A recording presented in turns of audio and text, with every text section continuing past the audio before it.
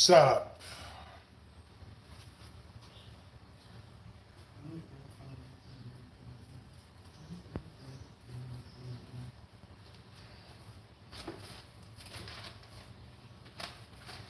What's good with you?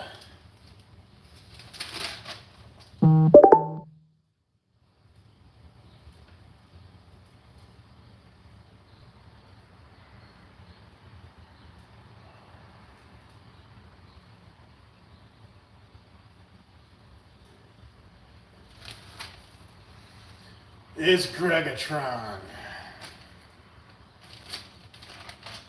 Just checking the good notebook before I get started.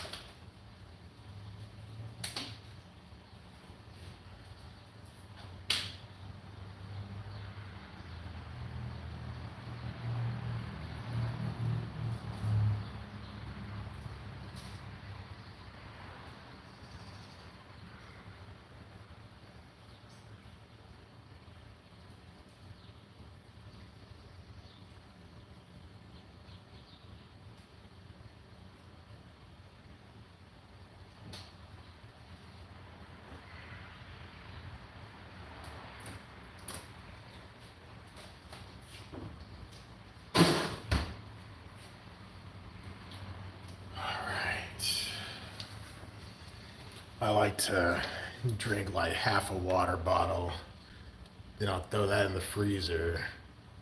Once that's frozen, I'll take some cold water, pour that into the frozen water bottle. Then what's left over on that bottle, I throw that in the freezer, and I just keep that going. That way I always have some cold, chilled water. All right. Because we all know how important it is to have water. Amen. So I hit legs a little over a week ago on this thing. I worked my way up to 210 according to my notes, so I'm gonna try and do more than that. I just went on a ride on my good bicycle. That was incredible. I mean, this is the first time I got on it. Well, maybe not all year. I think I was on it last month. I took it to work. But this is the first time I went for an actual ride all year. And it felt phenomenal. That bike is amazing. I love that bike. So once I was on my way home, I could just feel my thighs just burning up. I'm like, yes, that's what we want. And I wasn't even gonna do any leg press today, but the weather was so nice. And when it's nice like this, I like to spend time in the garage. And I just got done with the exercise on my bike. So I'm like, well, let me continue this good leg work with this. What up? The body beat down. Let's go. What's good with you, sir? I was gonna hit you up in the comment section. You inspired me, you know? So I was just saying, I just got off my bicycle. It's an electric bike. Fun, fun, fun. Super fun. There is one thing I'll show you while I got you here. The body beat down. So this is quote unquote my squat rack. It's not really a squat rack, it's a bench. So I don't like to do squats on this because I'm so much taller than it. See what I mean? So it's like I have to get extra load just to do heavy squats. So when I do squats, I go to the gym because this bench is just not high enough to do serious squats. And it messes up my back when I try to use this for squats. So if I do it, I'll use like two, maybe 225 at the most. But normally on this thing, just 185. Because it's just too low for me. Alright. But yeah, good stuff on your squats. Oh, Chat Tart is here. What's good? You ever do Navy SEAL burpees? I really don't mess with burpees, let alone Navy SEAL burpees. I don't even know what a Navy SEAL burpee is. What's good with you? Not quite ideal. Yeah, it's an ideal bench. It's an outstanding bench. But when you put the hooks in reverse, if I was maybe 6 inches shorter, it might work. But for somebody who's our height, 6 feet, 6 feet plus, not ideal. So probably what I should have done was the sporting goods store I got that from, they actually had a squat rack. Same brand, same color, same paint job and everything. I should have got that instead of this bench, because a squat rack, you can use it as a bench.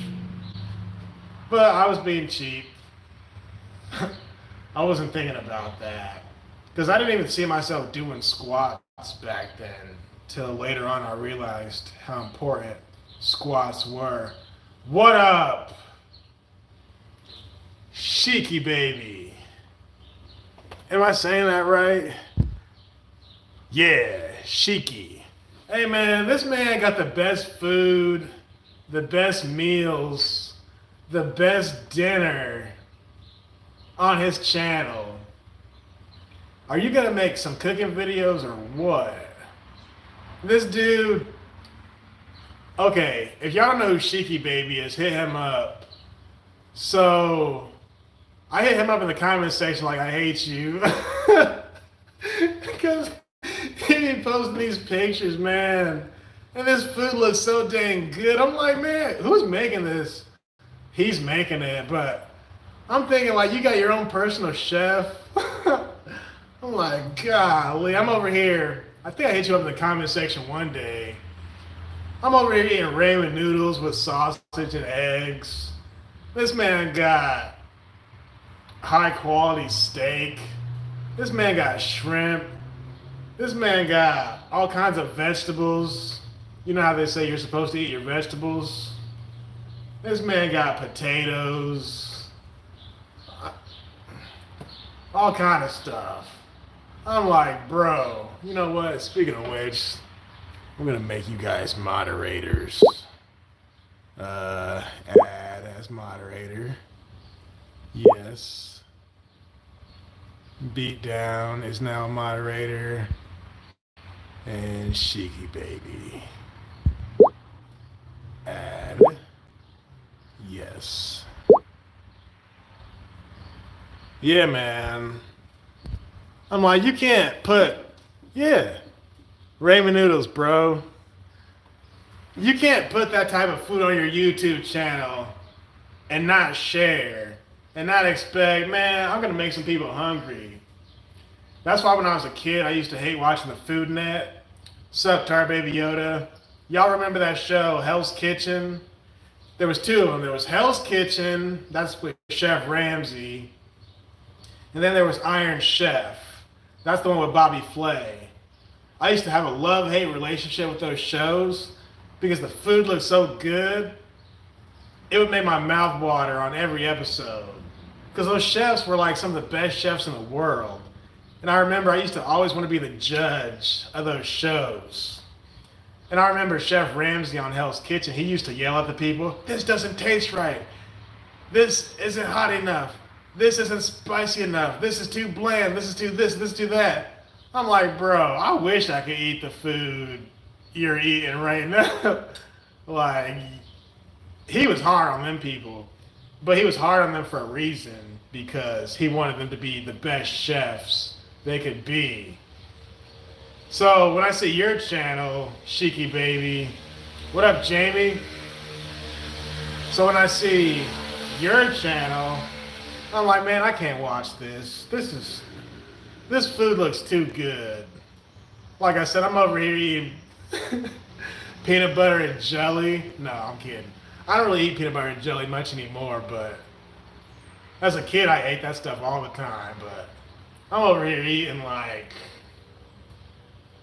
some baked chicken, some macaroni and cheese, you know, just basic stuff, rice.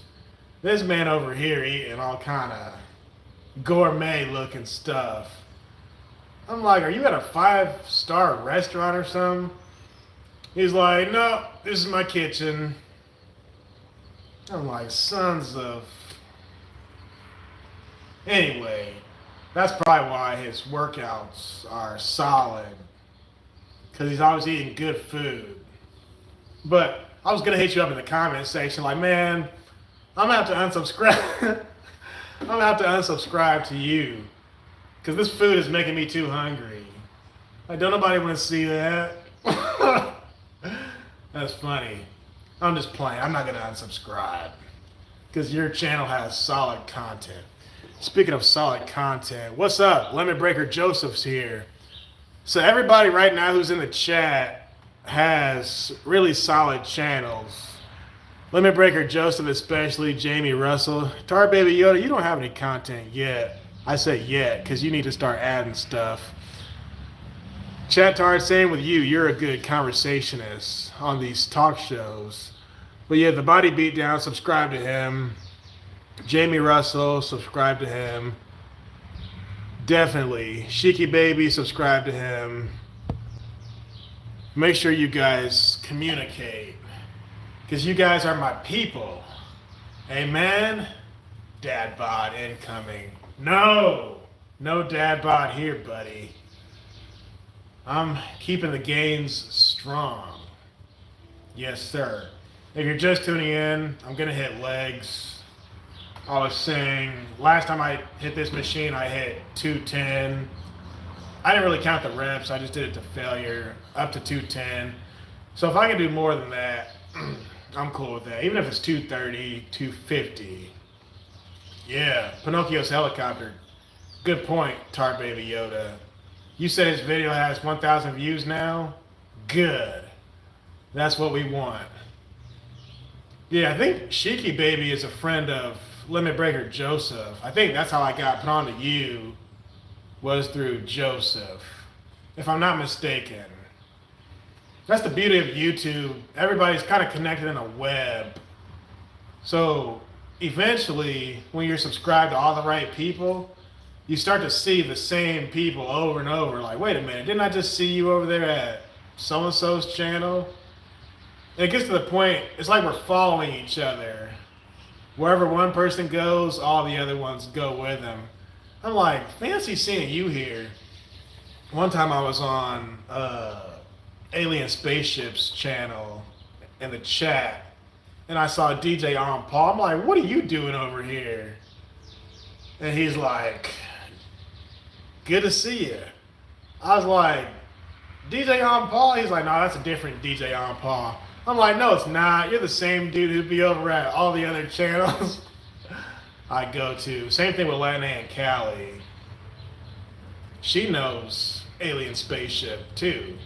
So once you have some solid videos, some solid footage, people will flock to your stuff. Unless you're like Chat Tar. Chat Tar, he says he's just here for the chat. That man does not care what I'm saying. Yeah, whatsoever. I can't remember what we were talking about last time. But Chat Tar's like, nah, I'm just here for the chat.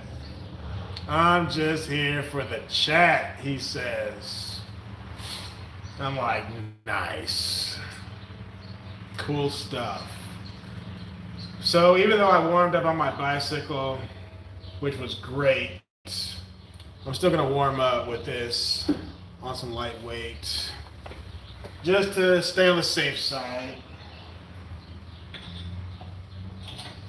If you warm up with no weight at all, that's cool too. This is 30 pounds. LOL, yeah, Greggatron. I just be dropping random comments. Yeah, yeah, you do. Just for the algorithm. Yeah. Chatar just be saying stuff. He likes to disrupt the natural order of things. That's for sure. And Tar Baby Yoda, he's another one. Tar Baby Yoda, for those who don't know, if you're new here, that man be saying some stuff. Terry has a gym in her building. Yeah, hey, Jamie, did you see my comment? I just left you like 10 minutes ago. Well, more like 20 minutes ago. See, I'm trying to work out. Y'all keep talking real quick. So, Terry and Jamie went out on a date recently somewhere. And she's sitting there looking so precious and wonderful. And I'm looking like, this woman's dressed like she's Queen Elizabeth or something. Like, she's running for the governor. She's running for mayor. I'm thinking, she's dressed like she's the emperor of some country. Yeah, she is your queen, that's for sure. Well, then I made another comment. I said, I couldn't date a woman who dresses like that. I couldn't date someone like that because she dresses so nice and proper, and I don't know how much the clothes cost because I'm not into fashion like that. But it looks expensive. I could be wrong. Maybe she just goes to all the right stores. But I'm looking like I could not be in public. I don't know how you do that, Jamie. How you gonna be in public with a woman who dresses that nicely? And I said in the comment, I'm like, you see what I'm wearing? A t-shirt, basketball shorts, and she's over here dressed like the Queen of England. I'm like, no. So therefore, Jamie, in that case, you have to be wearing like some type of suit, some type of jacket, some type of a shirt with buttons in it. Whenever y'all go out in public, because Terry actually dresses like that a lot if you watch her videos. If y'all don't know who we're talking about, Body Beatdown, we're talking about Terry Strange. So check her out too. She's another good one. Anyway, I'm telling Jamie, you gotta be wearing some type of button-up shirt, some type of collared shirt, something, at least something Tiger Woods would wear with a little Nike symbol, something. Because I'm like, no, ain't no way I'm going out in public with a t-shirt and some shorts, and this woman is dressed the way. It's the same thing as Sheiky Baby eating all that good food, and I'm over here eating ramen noodles. You know what I'm saying? It's funny, man. Funny. I want to know what y'all think about that. Let's say you dress like an average person, average Joe, right? I'm not saying Jamie's an average Joe. And your girlfriend or fiance or your wife or whatever, she dresses, and I know some women at work who dress like, not quite like her, but they got their own sense of fashion. Let's say your woman every day dresses just phenomenal. If you're her man, wouldn't you like have to step your game up? Because when y'all are in public, not that you should care what other people think, but when you're in public, aren't you gonna be like thinking, man, all these people around us, they're probably thinking, what's he doing with her? And he's in a t-shirt and some jeans, and she's dressed like the Queen of Israel or something, the Queen of Italy, the Queen of Egypt. But that's how some women are with their outfits. Oh, hey. Yeah, see, I don't get that. She says she's dressing like that every day.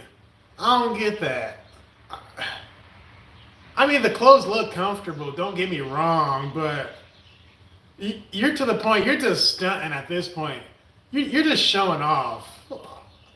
So I'm telling Jamie before you popped in here, you're making it to where he has to wear like a jacket or some type of leather, some type of cloth.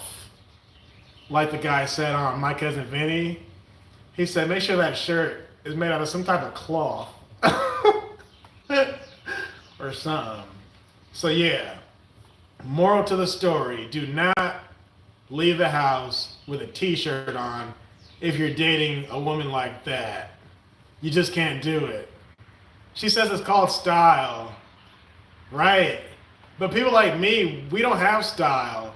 We're just normal people. We're just normal people. So my point is, Terry must be beyond normal. She's like a Super Saiyan when it comes to dress. Because she'll make these little live streams of her drawing or reading a book or just chill streams, her talking. And I'm like, you're inside your house. Why are you dressed all like you're out and about? You know what I'm saying? Maybe I'm overthinking this. Sorry, I can't read all you guys' comments. Disagree completely, Greggatron. Okay, hold on. Normal guys ain't supposed to be good at... I mean, right. We just wear... And I can only speak for myself. Every day, if it's not cold outside, I wear jeans and a t-shirt. That's if we have decent weather. If it's cold, I'll wear a hoodie or maybe a turtleneck or a thermal or maybe some Under Armour with the compression fit. You know what I'm saying? That's only if it's cold. But it's 70 degrees right now. It was 75 earlier. On a day like this, best believe I'm wearing a t-shirt, my boy and my girl, my boys and girls. I'm wearing a t-shirt. So, like I said, maybe I'm overthinking this. Blue X-Ray, my boy Blue X-Ray just showed up. Blue X-Ray, let me ask you this. How do you feel about you being in public, you're out and about, and you have on a t-shirt and jeans, and your woman is dressed like the Queen of England? Would you be like, honey, either I have to dress up or you have to dress down. We have to meet each other in the middle, meet halfway. Would you feel like that, or would you just be like, all right, babe, it's okay. Go ahead and dress like the Queen of Jamaica. Just dress so fly. For one thing about that, it's getting deep in here. I have not worked out yet. Women hate it when other women dress nicer than them. So let's say Terry's dressed very nicely, very sharp. I like that word, sharp. If other women see her who are not that sharp, they're going to be like, look at this woman. I can't believe she's wearing that. Who told her to? They'll either hate or they'll be inspired to buy nicer clothes. Or they'll be like, hey, girl, where'd you buy that outfit? And if Terry's a nice lady, she might tell her where. And then that woman will turn around and get the same outfit and pretend she found it on her own. Whereas men will just say, hey man, I like that shirt, man. Good stuff. Or we'll do a fist bump. Hey man, I like that shirt. Boom. Where'd you get that shirt? Walmart? Oh, okay, nice. Whereas men, we don't really like say, oh man, why is that brother wearing that shirt? But women will talk about other women to other women about other women's clothes. I'm just saying, as far as the dating aspect goes, Jamie, what do you think about this? This is your woman. Know what I mean? Greggatron is going to be, yeah, the best man. So Tar Baby Yoda says. Let's make Golden Rule TV a mod up in here. Add standard. That's what we want. No, it's gonna be all white wedding. No knee grows allowed. Nice try, chat tard. Oh, I'm gonna be up in there. I'm gonna be the first one on the guest list. Mark my words. I can be rich. Oh yeah, you got the wrench, buddy. Greggatron has advanced for you since day one. Oh, advocated. Oh yeah. I'm out here advocating for all the good people. That includes you, Tar Baby Yoda. You're my manager. For those who don't know, just to change the subject a little bit and to get off Terry's back, but Tar Baby Yoda, he's my manager. So as far as this modeling stuff goes, for those who don't know, I'm a model now, right? As far as this modeling stuff goes, he's my manager. So he deals with different things, phone calls, finances, advertising, all the good stuff. But what we need to do next, we need to get a social media person, like an advertising agency. Like on The Office, how Angela is in charge of the party planning committee. We need to have somebody like that, but for advertising. Yeah, acting too. Because we are acting out here. We're out here doing impersonations, impressions,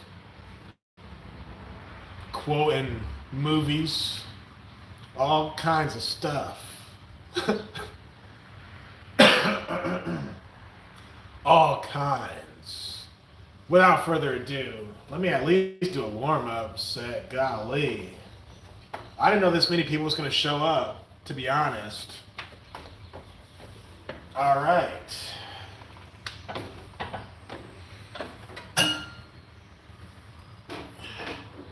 £30. That's all this is. Just a warm-up. Just a warm-up.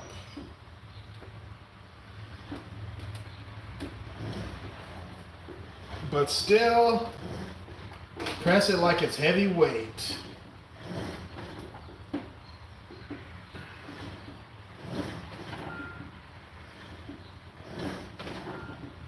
Terry said, I got style. Yeah, you do.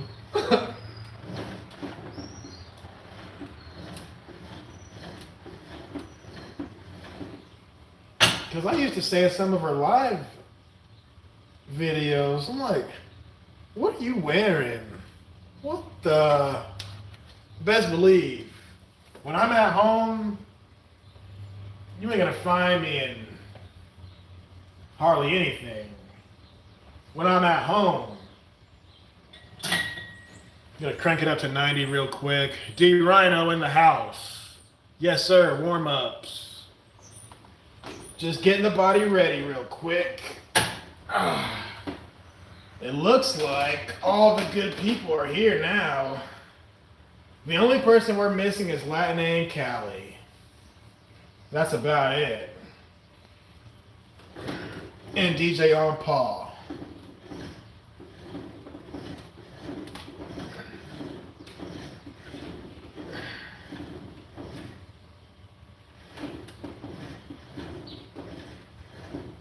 And push with your heels.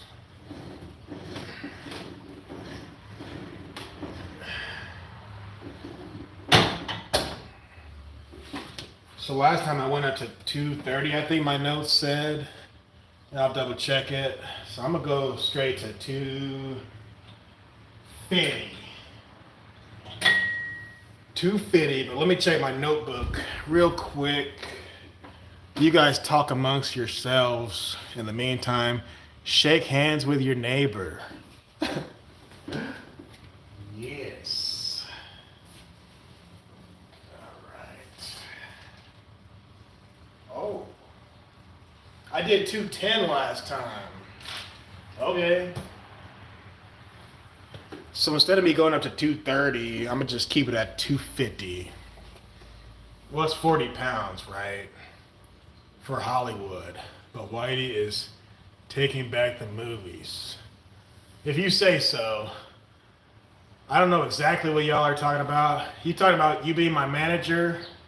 We're gonna be in Hollywood someday? Is that what you're saying? Yeah, see? Handshake. It's Sunday, guys. It's church day. Say hello to your neighbor. Shake hands. That's one thing I liked about church. You turn around, the person behind you, shake hands with the person in front of you. People kind of give you a pat on the back a little bit. Yeah. That way everybody is accustomed to one another. Blue X-ray. Blue X-ray doesn't have a wrench. Blue X-ray has been subscribed to Greggatron for a long time. I'm trying to think how we met. Marvel Select figures 3-4 years ago. We both collect Marvel Select. And either he stumbled across one of my videos or vice versa. But we just been cool ever since. Oh yeah. That's years ago. Some of y'all I've known for years. I think we met when I first commented. Okay, so you commented on mine first. Okay. And then I went on your page and I saw your stuff. That was years ago. That was probably 2021, 2022. Because I started collecting my Marvel Selects in like 2018, maybe 17. Back when I lived at my dad's house. Before I got this house, I had those figures. Yeah. That is crazy. And it only started with one figure, Grey Hulk. Now there's 70 of them. It's crazy. Insane. You guys seem to be getting along awfully well in the chat. That's how Greggatron's channel is. Over here, the chat is fun and peaceful. I'm not one of those people who have out of control chats. That's because I'm not that known. The thing about chats, the more popular you become, the more people are watching you, and the more people are watching you, well, now you get more crazy people watching you. The more crazy people you got watching you, the more SHIT talk you get. You get more trolls, you get more profanity, curse words, rated R talk.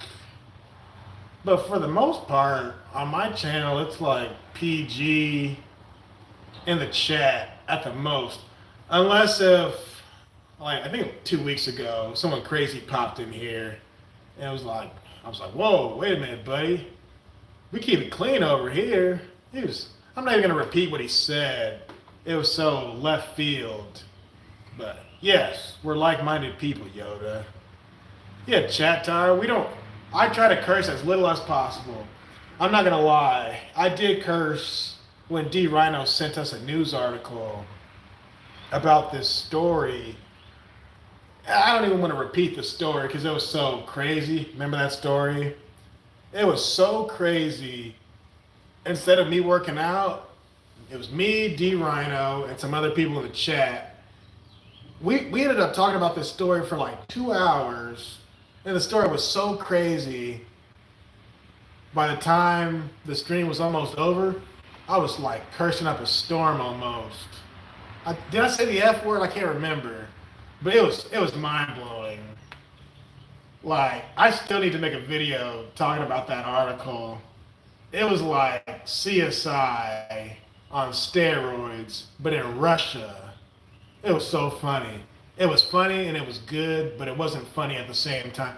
It was funny in the sense that it was ridiculous. And I think my workout got cut short because we were talking so much that day. But it was so outlandish. And then I was asking D. Rhino, where did you find this story? Apparently, it had happened years ago. He just came across it not too long ago, and he shared it with me. And I was like, whoa. So yeah, that's like the only time I curse is if my mind is just blown like,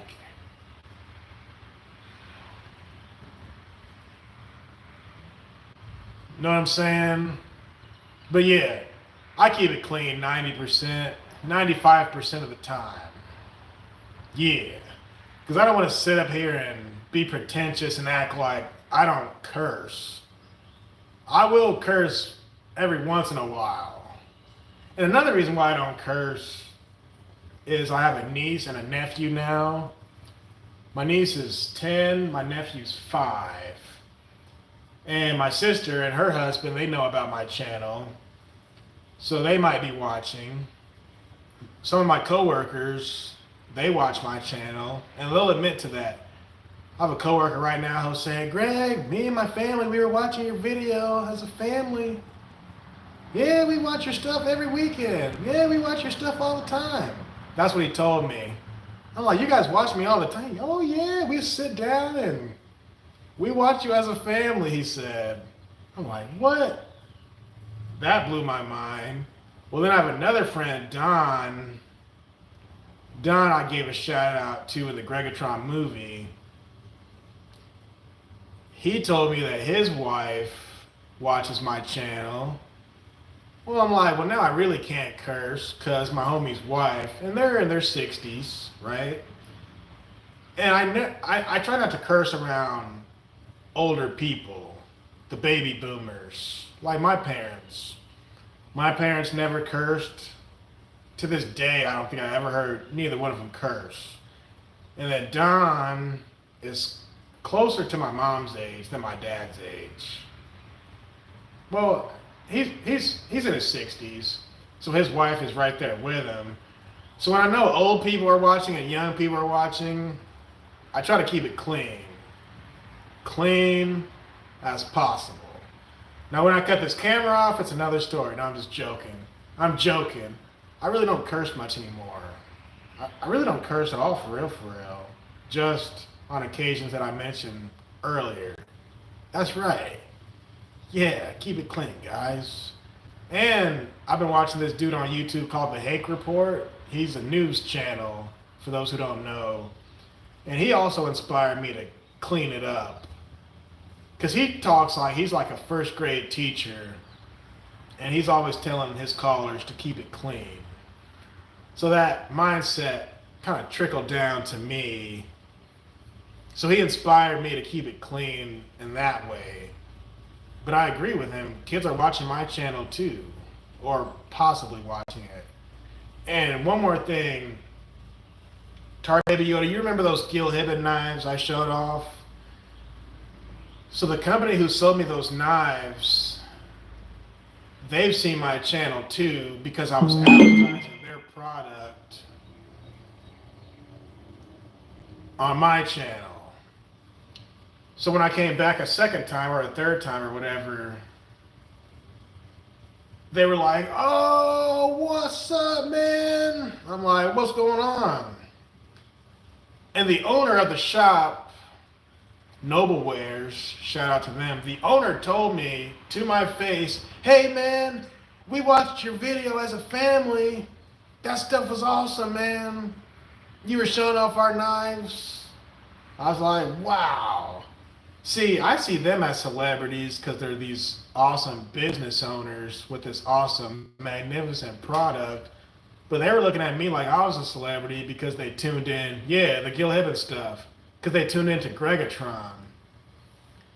So I'm like, what kind of stuff? So I really should be giving them more shout outs. And I do plan on going back to get some more stuff at some point.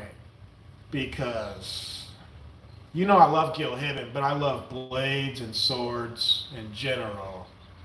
But every time I go there, they just show me mad love. Therefore, when I know people like them are watching, good, wholesome, good, humble people, decent folk, I'm like, I can't curse in my videos. These are some decent people watching. Now, if my channel was different and I was a person who talked about sex, drugs, and rock and roll, that's when you get the crowd who will then communicate in that way. But if they see you're not cursing, they're not really going to curse like that. So if I see you guys are not cursing, I don't want to curse like that. That's incredible, isn't it? I just put a whole bunch of brainstorming and a whole lot of thought into that. And it really wasn't even that serious. But I'm telling the truth, right? No, Greggatron, you're right. Hold on a second. I can't see what you said. You're right to attract only the decent. Yeah. Because I don't want my channel to be vulgar and gross. Because there's news articles out there, and I don't even like to cover news stories a whole lot because they are kind of brutal. I don't want my channel to be a Law and Order episode, you know? Now, if I find something fascinating and interesting and ironic, I might talk about it. But who wants to... Oh, okay, for example, my brother came over yesterday and we're watching YouTube videos on my TV. And he plays this video of this guy who's commentating on a story that happened in New York City. The most vile, vulgar, disgusting thing a human could have done to a dead body in a train somewhere. And this guy's just getting a thrill from talking about this, about how bad it is. I'm like, why would you even make a video promoting how bad this scumbag is? And I'm kind of promoting this scumbag who's promoting scumbag. But I'm like, why would you make a 15 or a 20-minute video talking about this horrific stuff? Like, yeah, I get it. People need to know the world is evil out there, but we already know that. Like, do you really need to talk about vile criminality in every video you make? Like, if I did that, my channel would be dark, it would be depressing, and nobody would want to watch that, because I don't like that. And I think when you talk about that stuff all the time, I think it can affect your spirit. Talking about murder and suicide and the R word, and, well, you can't say the word murder anymore, but YouTube, you know what I'm saying. If you talk about that stuff constantly, that can really affect your spirit in the wrong way. But most of the time, I'm showing off like swords and toys and workout stuff that's positive for my spirit. I'll talk about video games and impersonations, actors, whatever. And I will talk about crime sometimes. Don't get it twisted. But when I do, it's rare. And I try to stay objective if I do talk about those stories. Because some of those stories are so dark and horrific. By the time the video's over, you just want to throw your phone. Like, I can't believe I just talked about this. But people do that stuff to get views, of course. But I don't know if I would want to sacrifice my channel just to talk about CSI and Law and Order stuff all day. That, and you have to do a ton of research just to make sure you got the facts right. Because a lot of these people, they're commentators, yeah, but they really don't have, gears. They really don't have the facts. So they'll jump on something not knowing everything, which essentially makes you the same thing as fake news media. But yeah, speaking of gears, we were talking about Gears of War the other night. On D Rhino's channel, he was talking about 360 and PS3 games.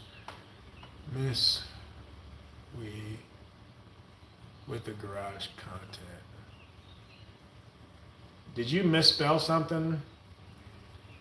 I didn't catch that. I like watching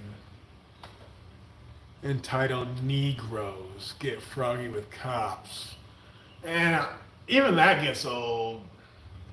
Like, man, I don't need to see these folk acting a fool.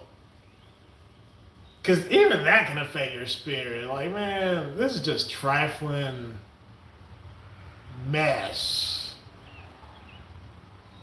And it's just sad, like, how people carry on this way in public. Ooh, it's deep. I went to the park earlier on my bicycle. And there's a brother, he was black, he black. He had his pants sagging at the park. And this is a park where a lot of white people and Asians, they go. And some blacks too, Africans and others. Well, there's this black guy. See, I was about to say the A word, but I stopped myself. A word just out. You can see this man's boxers. I'm thinking, I'm on my bicycle, right? I'm thinking, why would you want to walk around all these people? There's old people, young people, families, babies, people walking their dogs. Why would you want to walk in a public place like this and you're sagging your pants with no care for who's around you? Like, do you think you want people's kids to see your A showing? And there's nothing I can say to these people, because if he doesn't have enough sense to pull his pants up when he leaves the house, he's not going to have enough sense to pull them up when I say, hey, buddy, there's some white people around here. Pull your pants up. They don't want to see that. He's not going to listen to me. He's not going to listen to anybody. Well, then, not even 5 minutes later, and this is a quiet park. People walk their dogs all the time. They got tennis going on. People do their weddings at this park, cookouts, birthday parties, everything. There's a playground for the kiddos. Well, anyway, near the playground area, the cookout area, there's an SUV parked in a parking spot, loud music blaring. I'm like, if you don't turn this mess off, and it was rap loud, like trap music almost. But I didn't see who was sitting in the car. I'm like, man, let me see. So I ride around, and when I go back, it's some brothers in the car, being loud, got the music cranked up, and the playground is only like 10, 15 feet away. So you want all these other families with all these other children and old people maybe, you want them to hear your rap mess. And don't get it twisted, I listen to hip hop. But if I'm at a public event with 100 people everywhere walking around me, I'm not gonna play my mess loudly for the whole park to hear. It's not that type of park. You know what I'm saying? It's not that type of park. Take your mess and you go to a different park with that. Because these are normal, outstanding, white folk out here. And Asians. And when you see the houses in that neighborhood, mostly probably doctors, lawyers, engineers, those type of people. They don't want to be walking their dog, listening to your crap. And it's the type of rap music, too, that you can't even understand the words of what they're saying. I'm like, really? And there was some bass in there. And when the bass is turned up, you really can't understand the lyrics. So I'm like, you guys just want to be loud and ghetto just because. Like, it really rubs me the wrong way. We'll just put it that way. Because no one wants to, and it was broad daylight and everything. I've gone to the park before. I was going to say, nobody wants to hear that mess. But I've gone to the park before, and I'll ride past somebody, It's like weed just hits you in the face like, boom. I'm like, I know y'all ain't smoking weed in the park. Well, here's the thing. I live in Illinois, and Illinois it's legal. Well, not really, because if you're in the public park and you're smoking, that means you're jaywalking, right? That's the same thing as walking around with an open container of alcohol. So they shouldn't be doing that either. Unless, and this is probably what they did, this is months ago, maybe a year ago, last time I went to the park. They probably smoked in the car first, in the parking lot, got a buzz, got high, and there actually was a cop there today. You're saying I should tell the cops about the guy sagging his pants and the guy with the loud music? I mean, who knows? Anyway, what was I talking about? Dang it, chat tard. Oh, the guy smoking weed. So they were probably smoking in the car first while it was parked, and then they walked around later and got a buzz while getting the munchies. But I'm on my bicycle. I'm like, I'm getting secondhand smoke just from riding past y'all. It's like y'all can't go anywhere without being high, being buzzed. At least let the park be the park. Let the park be for the kids and the old people and the dogs. Because it is the nicest park. My dad used to take me to that park when I was a kid. Yeah, man, not in front of the kids. Why would you want your kids to hear that? Not your kids. They weren't their kids. But why would you want other people's kids to hear that type of music in public and to smell weed in public and to see somebody's butt in public at a public park? It's like y'all really just don't care. Y'all really just want to impose that much. Say, look at me, I'm here. And y'all gonna love me. Stereotypes come from somewhere. They do come from somewhere. Yeah, they really don't care. Yep. Terrible. 250. I feel like I should warm up again after all that talking, but it's all good.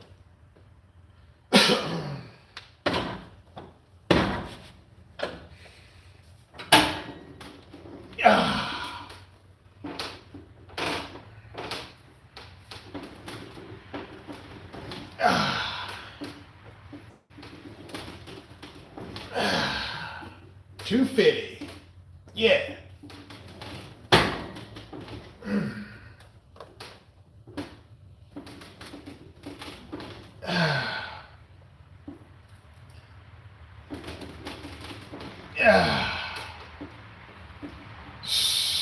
Good talk today. Good discussion.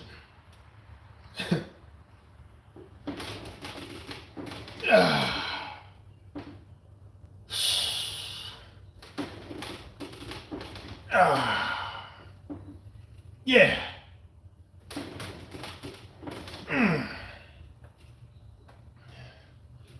Come on.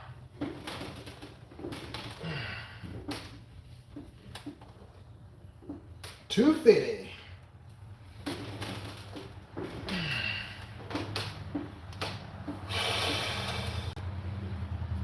Try to keep my butt on the seat.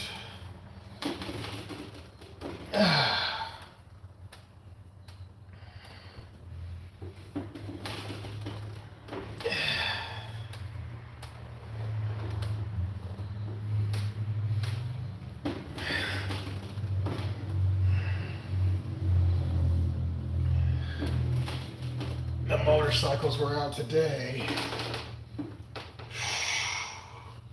Hey, pretty good, you. Where's the pool? What? I know. Go ahead and put it up. I'll swim in it. It's a lot of money to keep up with. I bet. A lot of maintaining. And then I worked 12, so I'm like, I remember last time y'all went out of town and came back, and the place, oh my there was all God. that, looked like seaweed and everything. Frogs. And I could hear them as soon as I got out of my car. I was like, we started a frog pond. You're like, this is not a swimming pool, this is a pond. Sorry. Yep, Hopefully more grass will grow, I think. I saw that. See ya.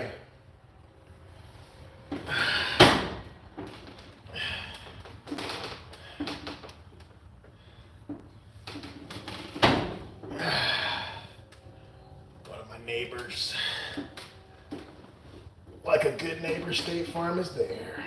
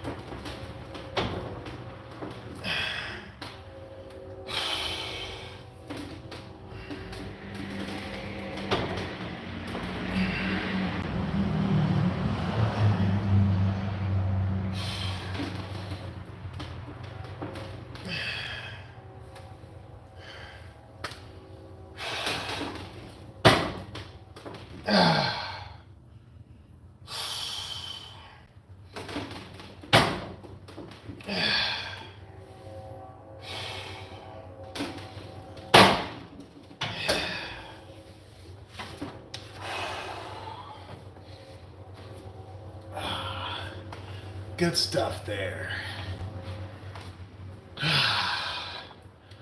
Good stuff. I did probably 20 or more reps, so next time I'm gonna do some heavier weight, but with the wraps, for sure.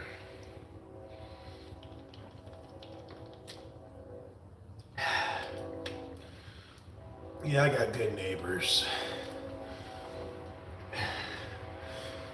Like a good neighbor, State Farm is there. Okay, I got a question for you guys. It's not really a question. It's a topic. Chat-tar, you'll like this one. So, I was at the park earlier, right? I'm on my bicycle. And I ride past this woman with two dogs. One of them is one of my favorite type of dogs. So I pull up at the stop sign, drink some water, let her catch up to me because she's on foot. I said, that's a Great Pyrenees right there. She's like, yeah, it is. And I'm like, I love those dogs. Because I do, that's genuine. This is a fact. I said, this is one of my favorite type of dogs. I have a friend who had those dogs. They're great. They're real quiet. We're talking about the dogs, right? Well, I said to her, you come out here a lot? And she's like, yeah, I do. I said, I come out here all the time. I told her, this is my first time out here this year now that it's warmed up, but normally when it's hot, I'm always out here, I told her. She's like, oh, okay, that's nice. Well, anyway, the dog starts pooping, and I said, oh, I'll let you go. I'll let you get back. And I said, my name's Greg, by the way. She said, good to see you. She said, good to see you, or nice to meet you, something like that. She didn't give me her name. She didn't give me her name. She gave me the dogs' names. but not hers. So I'm thinking, oh, okay, she must have a man, which that's fine. But how you gonna give me the dog's name to not your own name? Anyway, I ride some more laps. Yeah, she was white.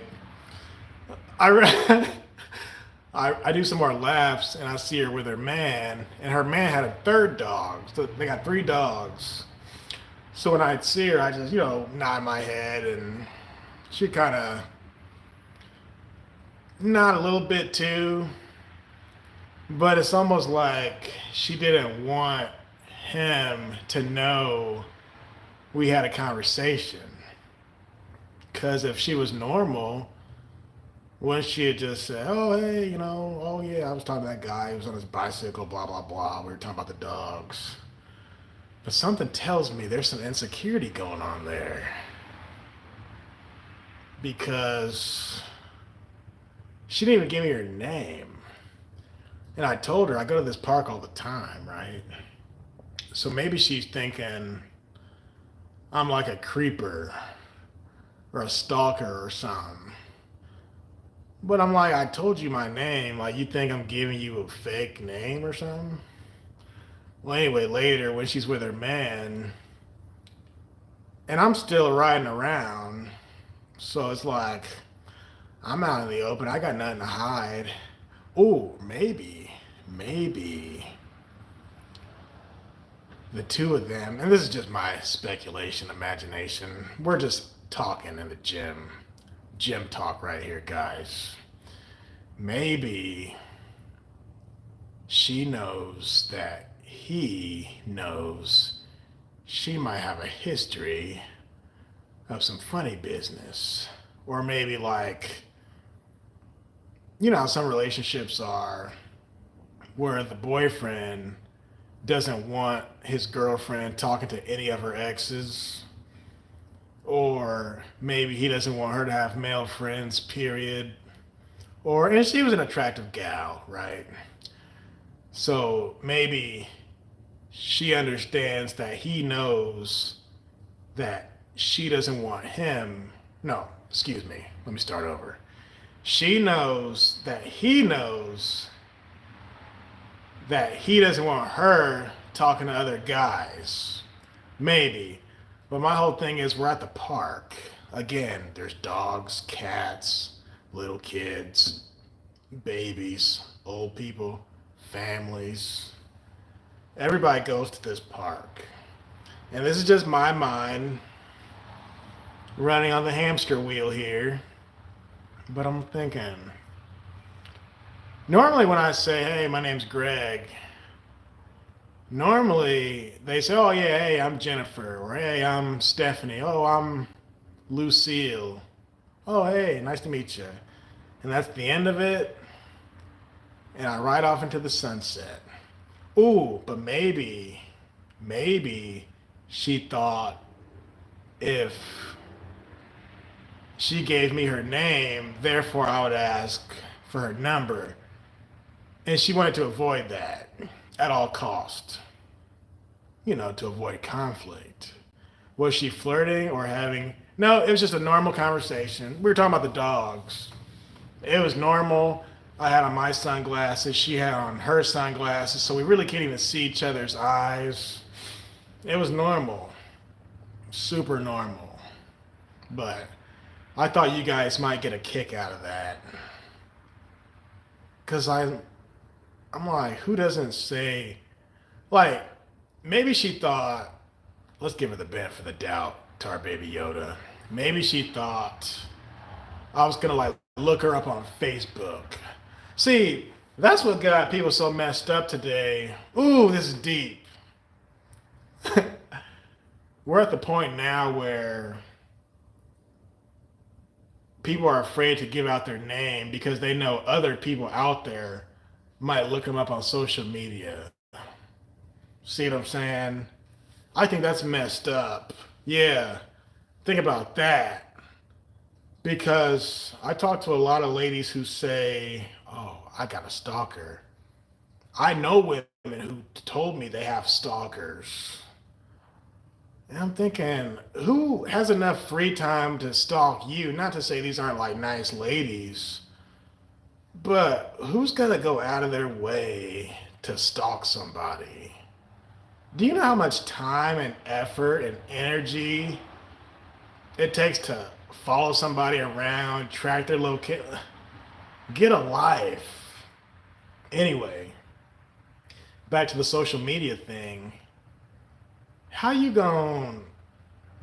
Well, it's not her fault. We're at the place where she understands, oh, this guy might see if I'm on Facebook. Yeah, Instagram, that's another one. Twitter, TikTok, Snap. She could be like, well, I don't want him to look me up. Because she already told me she goes to the park all the time. And I'm like, I go to this park all the time. And I'm one of those people at the park who, when I go there enough, I start to see the same people over and over. Right? So she's going to see me again.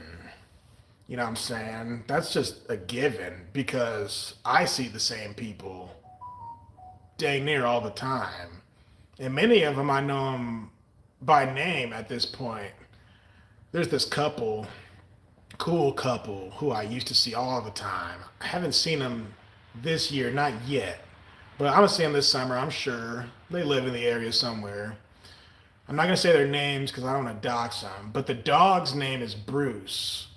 And the dog, what are those big, Great Dane, yeah.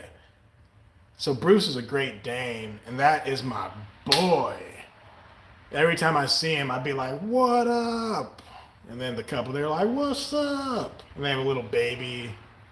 The baby's probably like 2 now, but there's people out there at the park who are just cool as heck. There's another dude who, he's the one who I seen his gold wing. And then I was on my electric bike. And then I got this one. But his is more of a cherry red. Mine is a candy apple red. Mine is an '03. His is an '04. Anyway, we became friends simply from a motorcycle. Yeah. From a motorcycle. So there's some people out there who you can just rock and roll with. Cool. And I don't even know this girl's situation. Like, I'm just telling you the story from my point of view. You know, she might go home and say, hey, honey, I was minding my own business, being peaceful, and some weird, crazy looking swole brother rode up by me. And he was asking me all these questions. She might tell the story in her own way. But trust me, I meant no harm. But she was an attractive gal. I swear you're lucky if you can get someone to even be pleasant. Oh no, she was pleasant when you greet them here. Oh, I don't know what city you live in. Don't tell us your city. Just tell us what state you live in. But yeah, this park that I'm talking about, I live in Illinois. The park I'm talking about, 95% of the people are pleasant. You can really talk to anybody. There was a lady who, she was painting, like Bob Ross style painting. And I rode past her like 5 times. I finally rode past her the last time and I was like, hey, how'd the drawing, or I said, how'd the painting go? And she said, oh, I'm done now. Nevada, okay. I said, can I see it? She said, oh no, I just erased it. I was like, what? She said, oh, I always erase them when I'm done. It was on like it looked like a canvas, like a whiteboard where you can just smear it all off, rinse it off. I said, why'd you do that? I wanted to see it. She said, oh, I always do that. And it was good. It looked like Bob Ross could have painted that. And she says she always loved painting. That's how this park is. You can just talk to dang near anybody. And me, the social butterfly that I am, that's just me. I can talk to half of those people at the park. There's a cop there. I threw my hand up a few times. But yeah, this isn't one of those parks where Blue X-ray where you don't feel comfortable. The park closes at 10, right?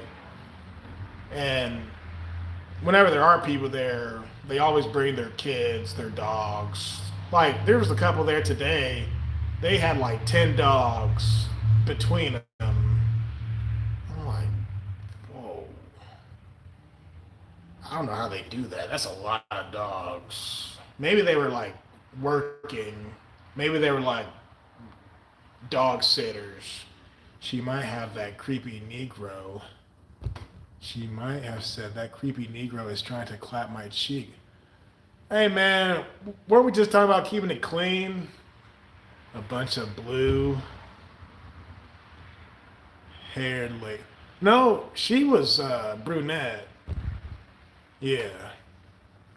Yeah, Greggatron, you don't look like how your personality actually is. And then usually my shirt is off, but it's not warm enough for all that. But it's like I'm not a dreadhead, and I don't look like a weed head or a pothead or. Let me reread your comment. You don't look like how your personality actually is. You look like a typical Negro inner city. Not really. No, I don't, to be honest, because I keep a bald fade, right? But I notice the youth of today, they all have dreads now. They're dreadheads. But when I was a kid in school, we never had dreads. Me personally, I couldn't grow dreads if I tried.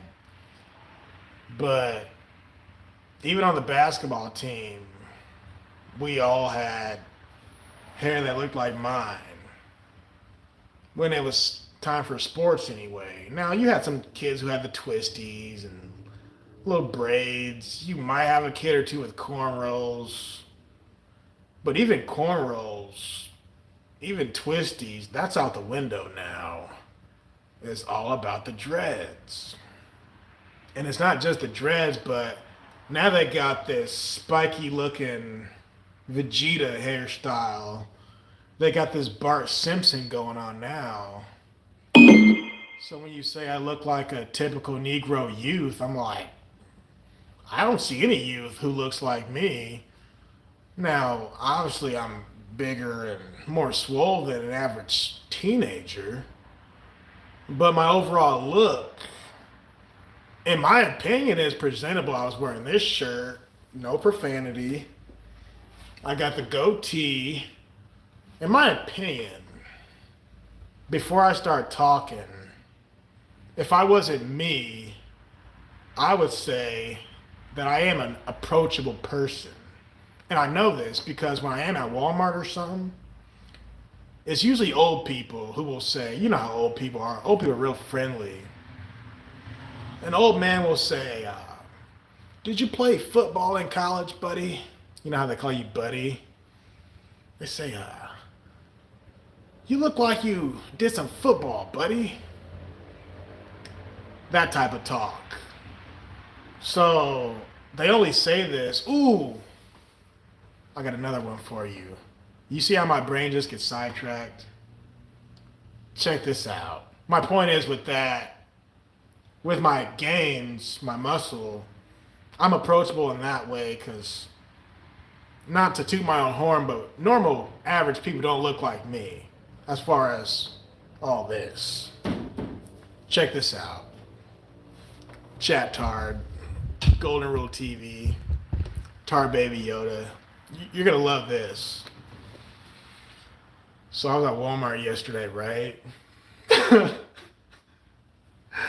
Oh, this is deep. I was at Walmart and I'm putting all my stuff in my car. I'm done shopping. And I keep hearing this woman coughing. Like every you too, D Rhino, every 5-10 seconds I hear I'm like, like, what's all this coughing? Is she okay? I want to mind my own business. It doesn't concern me. But I keep hearing a cough. Someone's window is cracked open and I hear a cough. Well, I'm done putting all my stuff away. I'm putting the cart back because that's what you're supposed to do. That's what decent, normal human beings do. They put their cart back in the thing. And I say to myself, if I hear her cough one more time, I'm going to go check on her. And right before I walk to my car, I hear another cough. I'm like, all right. So I go over there. I was like, are you all right? And she's like, yeah, I'm okay. I just hit my vape. I'm like, your vape? What kind of vape are you hitting? And she's like, no, I just hit it too hard. That's all. It's just this vape. I was like, oh, okay. Because I was about to say, we're at Walmart. They got cough drops in there. And she kind of laughs a little bit. She's like, oh, no, I'm fine. Thank you so much for asking. I was like, oh, yeah, I just kept on hearing you cough. I was just making sure you weren't having like a physical or a emotional breakdown or something, I said. And she's like, oh, no, I'm fine. Thank you so much. And I saw there was a baby in the back seat, or maybe a toddler. She's like, oh, thanks so much for checking on me, Captain America. Because yesterday I was wearing my Captain America shirt. And I was just like, yes, no problem. And that was the end of it. In my opinion, that was a genuine interaction. That was genuine. Because I didn't force it. She was friendly. She was normal outside of coughing up a lung. But that, in my opinion, was a genuine interaction. Whereas, in many cases, a guy will approach a woman and say, oh, you're pretty, or you're this, or you're that. And she's like, where'd you come from? Type stuff, right? So I don't even talk to women in public anymore unless if it quote unquote feels genuine. Like the woman with the dog, I genuinely like those dogs. And don't get me wrong, she was a pretty lady. I couldn't tell how pretty she was because her sunglasses were like this big, but she was healthy. She was fit. And I'm fit. She just happened to have a boyfriend. That's fine. My point is, I don't even communicate with them unless if there's some genuine stuff behind it. Like for another example, the same Walmart yesterday, when I was inside the store, there was a worker who, she was really pretty. Like, for a Walmart worker, I'm like, man, she's pretty. I'm thinking, what's this woman doing working at Walmart? And I was going to say something to her like, wow, you're pretty. But I was like, nah, I ain't even going to say nothing. Because that's not genuine. And here's the thing about pretty ladies. And she worked at Walmart too, right? That means everybody, every male who works in that Walmart is probably trying to holler at her, right? And she might have been like 21, 22. But I'm like, I ain't even gonna, no. Now, if I just compliment her and say, hey, you're pretty, that's one thing, but women today, they get spooked just by a compliment. And she knew she was pretty. She had her little glitter, makeup and stuff. But I'm thinking, why is she dressed like this out? Not dressed like this, but why is she wearing all this makeup? And she could wear some makeup. She was actually wearing that makeup well. But I'm thinking, why is she wearing all this nice makeup at Walmart and she's at work? I'm like, maybe she wants somebody to say something to her. Maybe, just maybe, she wants a customer or a worker or a manager to say, hey, baby, I'm going to take you away from all this. You'll never have to work at Walmart again in your life. Maybe that's what she was doing. Because she looked like she was like still in college. Like no older than 24. You know what I'm saying? That's what I'm thinking. I'm thinking maybe she wanted to get scooped up. But again, this is just my imagination. And if I said something to her, she could have been, the B word. I don't know. My point is, that would not have been a genuine interaction had I said something to her. Because there's like an ulterior motive behind that. So that's why I don't talk to him unless I know there's something real. Like, talk to me about something real. Give me some substance. And this applies to all people. Like, one time I was at Walmart and I'm, the $5 DVD bin. I'm going through it. There's a lady across from me, older lady. She's going through it. And this woman, she loved DVDs. And she just starts talking to me out of nowhere. Have you seen this one? I said, which one is that? No, I haven't seen that. She said, oh, you need to watch this. This movie is about such and such. And this person right here, this actor, this is the same guy who plays this movie. And the main thing in this movie is this. And it's really good. And wait till you see the end of it. And I'm like, okay. Well, then, like, a few seconds go by. And she's like, what about this one? You see this one? I was like, nah, what's that? She said, oh, it's good. This one's about X, Y, and Z. You gotta watch this one. I'm like, huh. This woman really likes DVDs. Chat Tard, those are the type of people who I'm talking about. That was a genuine, honest, that was a good little, it wasn't much of a conversation, but it was a good interaction. I love people like that who you can just talk stuff to briefly. You keep it brief, nothing serious. Ooh, I love people, man. I'm a people person. One time, I was at Walmart, and there was a lady there in the DVD section, and she looked like she was stumped, like she was looking for something. I was like, what you looking for? She said, I can't find John Wick 4. I said, oh, it's over there. I just saw it. I was like, here it is. Oh, she said, oh, thank you so much. It's for my son. He loves John Wick. I said, your son is old enough to watch John Wick? She's like, well, he's whatever age. He was like a teenager. She told me this kid was autistic. She said, he's autistic, but he loves John Wick. He loves him. So I'm going to get him this for his birthday. I was like, wow, that's so cool. Right on, Mom. She's getting John Wick for her autistic son. Those are the best interactions. And then sometimes you'll go in the line and the cashier will say something like, oh, yeah, this is a good one. Oh, yeah, I've seen this before. Oh, enjoy that.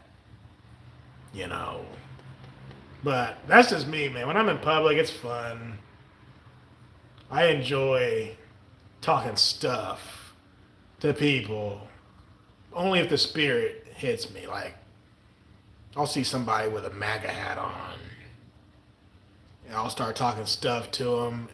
Before you know it, we're in the parking lot talking. 30 minutes later, people are cool. There's some cool people out there. Cool folk. Like you guys. Chat Tard, Tard Baby Yoda, Golden Rule TV. You guys are cool people, man. Yeah, random convo with strangers. Yeah, I love random conversations with strangers. I love it. Strangers be the coolest people, man. And I'm sure I talked about this before, but the thing about strangers is you're never going to see them again. You don't have to worry about what they're going to say after the fact because it doesn't matter because you don't know them. I got a story for you. I was out of town one time. Since you brought that up, Chat Tard. I was out of town one time for a concert or something, and I'm at this hotel, Yeah, no strings attached. Exactly. No judgment, no expectations. Bingo. When are you going to start your own YouTube channel, man? You got some good knowledge. So, I'm at this hotel and I'm at the bar. I think I'm waiting for the concert to start. It doesn't start for another 3 hours or something. I'm just killing time. And there's a couple on the other side of the bar, like across my way. I think.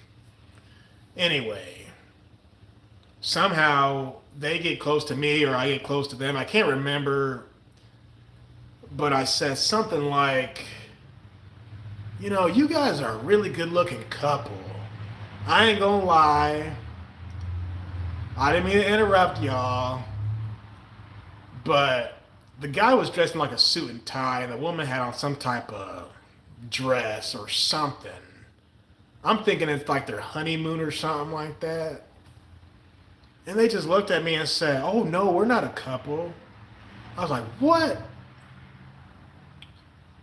The woman said, "Oh, we're here for work." She was his boss, and they were there on business. Business, so they say. And I was like, "Oh, I thought you guys were married." She's like, and they just started laughing. They started busting out laughing. I said, "Well, you have on a wedding ring and he has on a wedding ring. I just assumed, you know, you're not supposed to assume." And they just started cracking up because that's how friendly they were with one another. They were perfectly comfortable with each other to go on this trip, this business trip.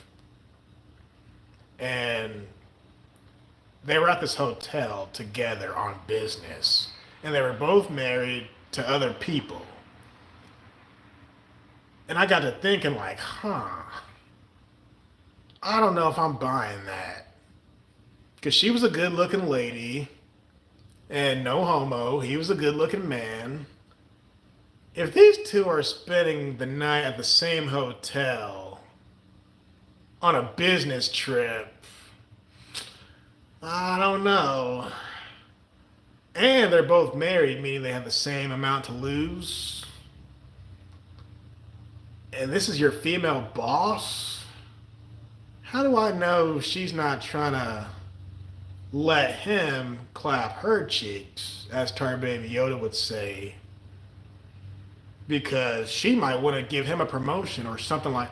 Who knows? My point is, it wasn't 100% believable that there wasn't anything going on at all. Because I'm thinking, yeah. I'm thinking, all right. Good point, Golden Rule TV. I'm thinking, well, out of everybody at y'all's job, at the company y'all work for, the law firm, whatever it was, you picked him. You picked him to go on this trip with you. Now, I don't know if he's like the number two man, if he works directly under her or what. I can't remember what they said they did. But she could have had a female go with her, right? Or maybe she wanted him, you know, for safety and security, protection. But I'm like, the way these guys look, the way they're dressed, I promised to the Lord they could have been a married couple, but they just laughed and said, "Oh no, we just work together. I'm his boss," she said. But I remember it was like messing with my head after we talked about it. I'm thinking, man, and I told you I'm gonna try and keep it clean. But I'm like, man, he's probably doing the deed. And he probably wasn't, but that's just how my mind works. I'm like, man, y'all on a business trip out of town. Because I think they were like from Texas or something. I'm like, whatever. If y'all divorced right now, y'all would totally get together. Like that. I mean, you know these people in the office are probably like around each other all the time. And clearly they got along. Think about it. We're all the ladies. I think Terry's gone. But fellas, if you're a man and your boss is a female and she told you, hey, I got to go on this trip for this transaction, this meeting. Yeah, boss ladies can be fun. And she tells you, hey, I need you to be my number 2 man on this trip. You're not going to say no because it's your job. It's work related. It's to help promote your business. But if she's a beautiful woman and you're a married man and she invites you on this trip, you mean to tell me there's no strings attached? Now, maybe there was no strings attached. My point is, he's thinking it, she's thinking it, his wife's thinking it, and her husband is thinking it. Let's just say nothing happened.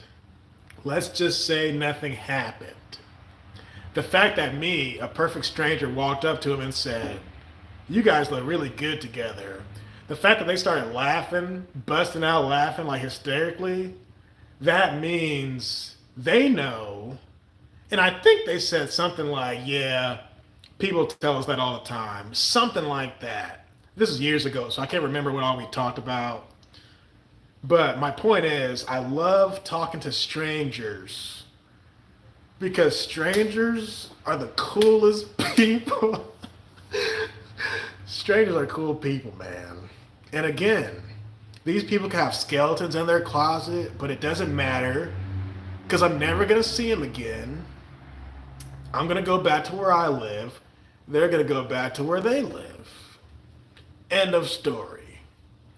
But I've had dozens of conversations, dozens of interactions with tons of people that's just like that. And some of the stuff they tell me, I'll remember it and I'll take it home and I'll use it. Because you learn a lot of stuff from people. The more people you talk to, there's some wisdom out there. And you kind of apply it. And I'll say like, hey, I was talking to this lady years ago and she told me X, Y, and Z about what you're talking about. So that's the beauty of strangers, man. They give you a different perspective and a different perception of how they see it. Whatever it may be. I got into that because Chattard said something about no strings attached as far as strangers goes. But yeah, I mean, look at us. We were all strangers at one point. Chattard, Golden Rule TV, Tar Baby Yoda. We were all strangers at one point. Look at Terry. Her last name is Strange. We were all strangers. One thing led to another. Now we're all friends. It's crazy. What did he say? I'm still good friends with one of my old Yeah, 15, 16 years later. Yeah, that's the best, man. She wasn't my boss, but she was in a higher position than I was when I worked retail. But she and I and her man at the time, they're not together now, but we used to hang out long after I quit that job. We were cool. They used to invite me over for Christmas. All kinds of stuff. And we all started out as strangers, but most of my friendships, or a good chunk of them anyway, are from what you just said, either my old bosses or people I used to work with. Yeah. Yep. We are still strangers, technically. I don't consider us strangers anymore, because I didn't know you were the same guy who was the biblical question guy. Because when I heard your calls on the Jesse Lee Peterson show, I'd be like, oh, it's the biblical question guy. Well, then I found Terry, but I don't remember the first time I watched Terry Strange, to be honest. I just found her. and you were there, and you were like, you know me, man, you know me. I'm like, I don't know you, mother lover. And you're like, yeah, you do. I'm the guy who calls into the show. Josh? I'm like, Josh? Josh from, I'm not going to dox you. I'm like, oh, you're the biblical question guy. So I put two and two together. So I don't consider us strangers because I've been listening to your calls. And on my end, you guys can see what I'm doing. That's right, Georgia on my mind. You guys can see what I'm doing here. So, I mean, we're not really strangers, but we are at the same time because it's all internet stuff. But, like Blue X-Ray, for example, I still consider you guys my friends, even though we never met in person. You know what I mean? Because who's going to break down the English language and say, well, technically you guys are acquaintances? I mean, what is that? Like, I consider Hake and Joel, those are my boys. Get it? Those are my friends. They don't know my last name, but they don't need to know my last name. You know what I mean? And when I say my friends, you know what I mean. It's like when I say shout out to all the good people. When I say the good people, I'm saying the folk out there who's doing their thing. The folk out there who's making stuff happen. Not just the people in the comment section. Just because you're in the comment section, that doesn't mean you're a good person. And if you're not watching me, that doesn't mean you're a bad person. I'm just saying, shout out to the good people. I'm out here trying to inspire people to be good. Because why would I say shout out to all the bad people? That's not encouraging. That's not good. But if I say shout out to all the good people, people might say, oh, he's talking about me. He's talking about us. We're the good people. Yeah. Good stuff today. I left a super chat weeks ago. It's like, hey, Jesse. A lot of times I say shout out to all the good people, but you say no man is good. Does that mean I should say shout out to all the bad people? And Jesse's like, don't say shout out to the good people or the bad people. Just say shout out. But let me tell you where the word good comes from, in my opinion, in my personal life. So when I was in high school, I had a substitute teacher, right? He was a permanent sub, meaning he would get 40 hours at, regardless of what school he worked at. And he was one of my favorite teachers, by the way. I saw him not too long ago. Anyway, I'm in class, and this guy had a military background, right? And he would always call us sir or ma'am. This guy's from the army or whatever. So proper, so professional. He was a role model to us youths. Well, one day a girl said, why you always calling us sir and ma'am? Why don't you just call us by our names or something like that? And he's like, because I respect you. I respect you enough to treat you as an adult. Therefore, I'm going to call you ma'am.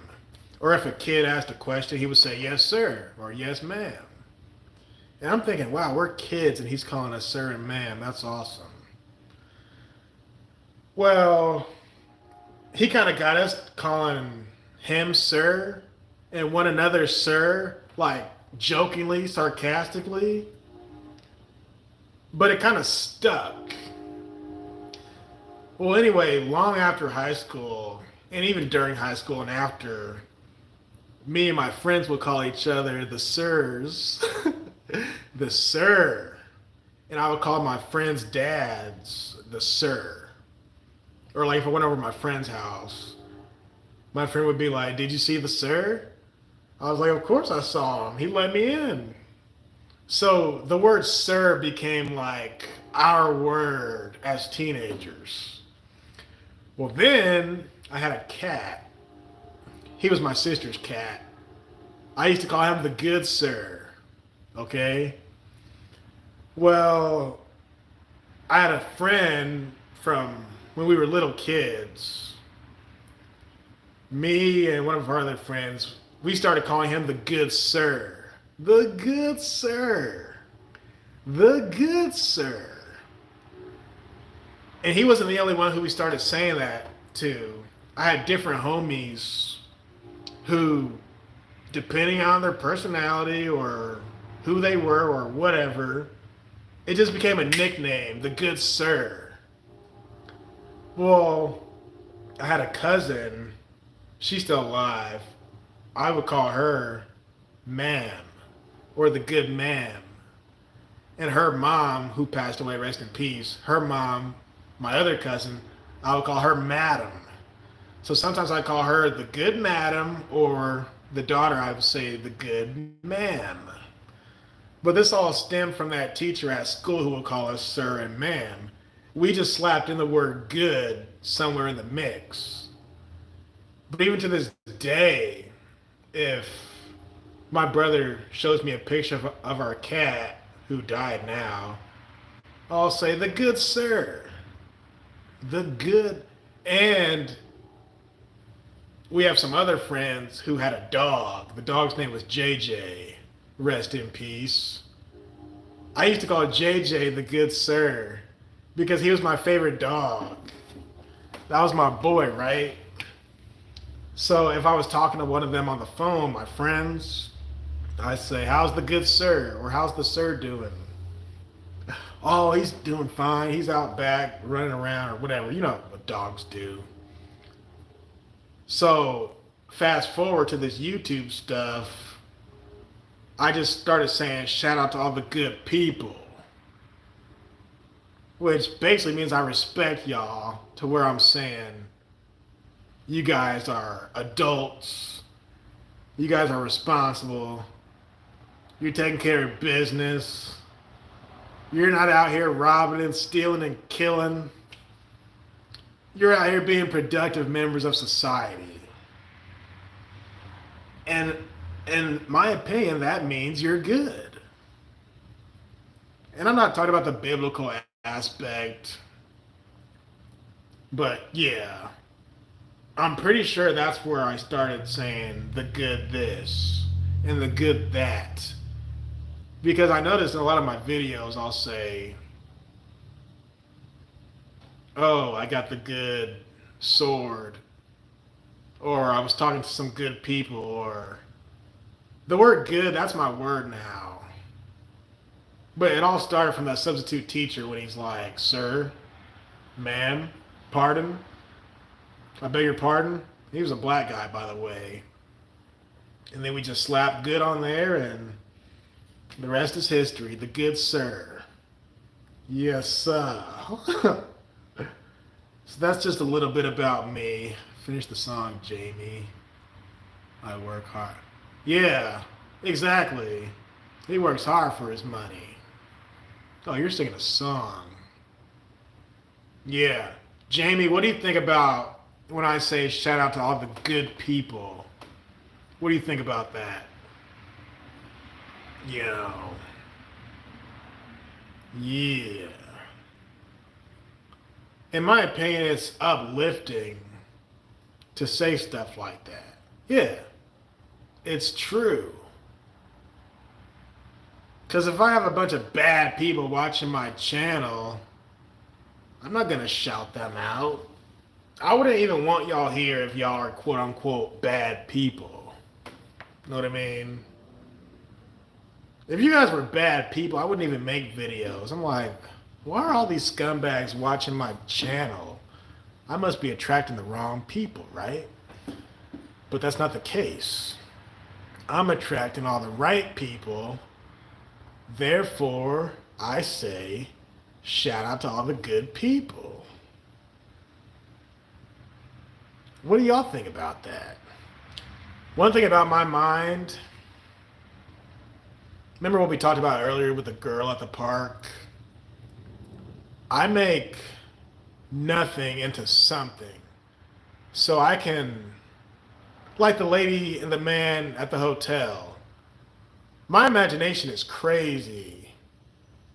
I got some Kanye West thoughts going on here. So something small will happen, right? It could be nothing. And after the fact, I'm like, well, what if this happened? Or what if that happened? And I was the same way when I was a kid, right? When I was a kid in school,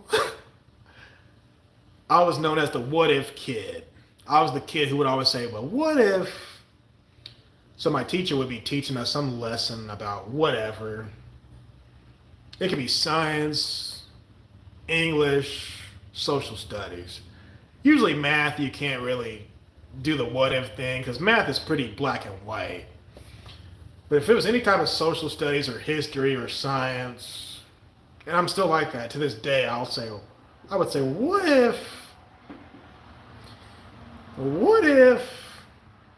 and I noticed my teacher started hating that.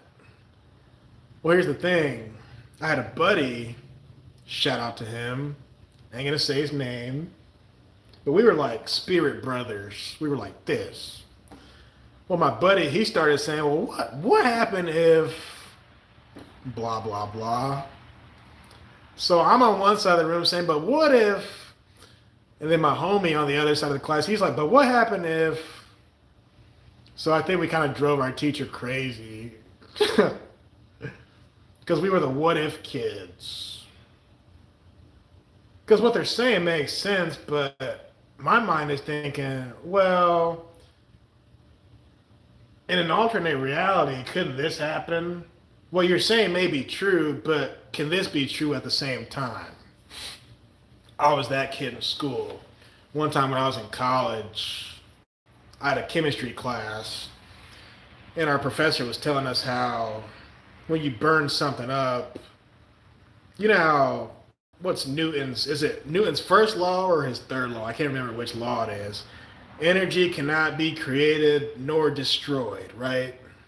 And we're talking about that. Energy or matter.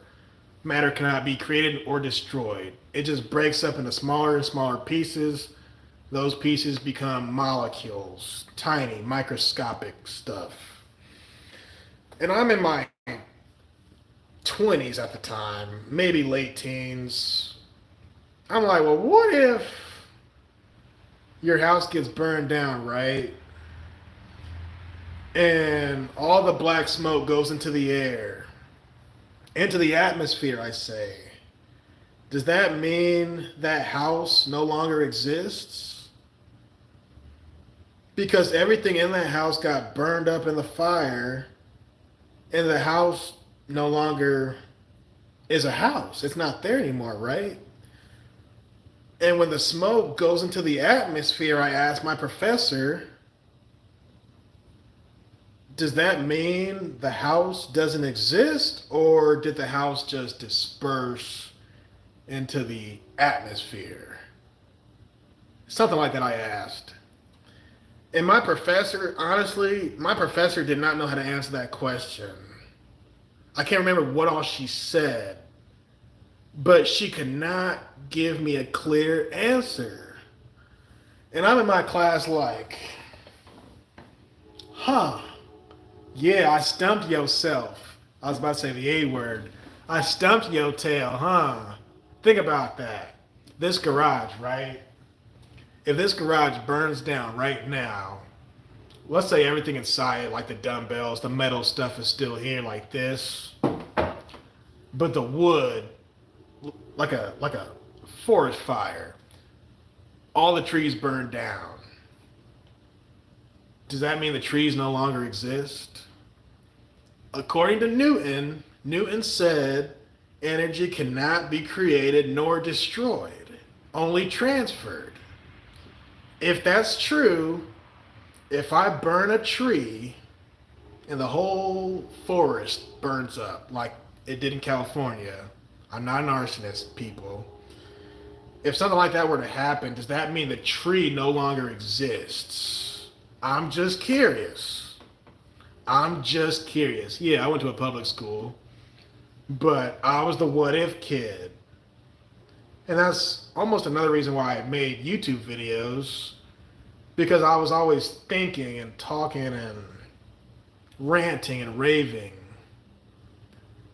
And my friends in high school were like, almost like, how do you come up with this stuff? Where do you come up with this? But I used to rant and rave. And one homie finally said, you need to start a YouTube page, because some of the stuff you be saying, man. I'm like, you know what? Maybe I will. Maybe I will start a YouTube page. 15 years later, here we are. One thing I like about YouTube, you see how this is a live stream. What's up, Blue X-Ray? I want to call you Blue Exorcist so bad. That's an anime if you don't know. But one thing I like about this YouTube stuff, you see how this is a live video? I can watch this 20 years from now, if it's still up. If YouTube still exists in 20 years, they might have a new thing by then. YouTube might be a dinosaur like MySpace. But I can go back and watch this stuff. And it's like, wow. I can't believe when I was 32 I used to think this way. You know what I mean? That's the fun thing about YouTube. And I talked to Terry about this weeks ago. She went live, and I asked her, do you think YouTube is like a vehicle for time traveling? That's the word I used, right? Because Terry is not the same woman she was 5, 10 years ago. And I'm not the same man I was. And none of you are the same person you guys were 5 or 10 years ago. 15 years ago. So it's like the longer you're on YouTube, the longer you can see yourself change. You know what I mean? Shout out to Jamie. Jamie went to a private school, he says. Private, conservative, Christian school. From first grade through college. All right. But yeah, that's one reason why I like making videos. Because if you go to my old videos, for one, I don't even look the same. I'm like 100 pounds lighter, it looks. More like 80 pounds lighter, but the stuff I used to say and the stuff I used to think, and some of those old videos are funny. It was like, wow, listen to my voice. I sound funny, I look funny, I got no goatee. It's weird, man.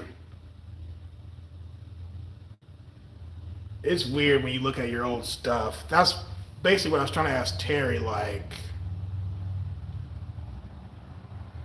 do you think it's a good thing to even keep that stuff up? And she said yes. She said she doesn't want to take her old videos down back when she was a feminist, because something like she said it's kind of cool to see herself change in that way. And as far as Terry goes, she told me that she had fans from back then, from the old Terry, who came to the new Terry and was like, you're not supposed to be talking about this stuff. You're supposed to hate men. You can't be up here talking about the Lord and being all spiritual and biblical, and you can't be on the right path. You're supposed to be a radical feminist. Well, she was no longer a radical feminist. So, from my understanding, a lot of her old subscribers, as far as I know, I could be wrong, they left. And they were replaced with us, the true people, the good people. But if they were really her friends, they would have stuck around regardless of her political and spiritual opinions. That's how you separate the truth from the lie. There's a song, Chatart might know it. It's like, who's phony? Who's fake? Or it's like, he's phony, she's fake. That's the type of people I hate. It's got Swizz Beats. I think Swizz Beats is the producer. It's a Jadakiss song. Jada. Yeah. It's Jadakiss with somebody else. And then they say, who's real? Who's not? She's real, but he's not. If you're real and you know it, clap your hands. If you're real and you know it, clap your hands. Yeah, that was from my high school days. I say that song to say, if they were her friends, why would you unsubscribe? Because she's been on YouTube for a long time too. Not everybody's going to think the way you think. Because not everybody's life is the way your life is. Deep stuff. Oh, snap. It's Pinocchio's helicopter. We were talking about you like an hour ago. Whoa. I think Tar Baby Yoda said your song got up to 1,000 views. Am I right about that?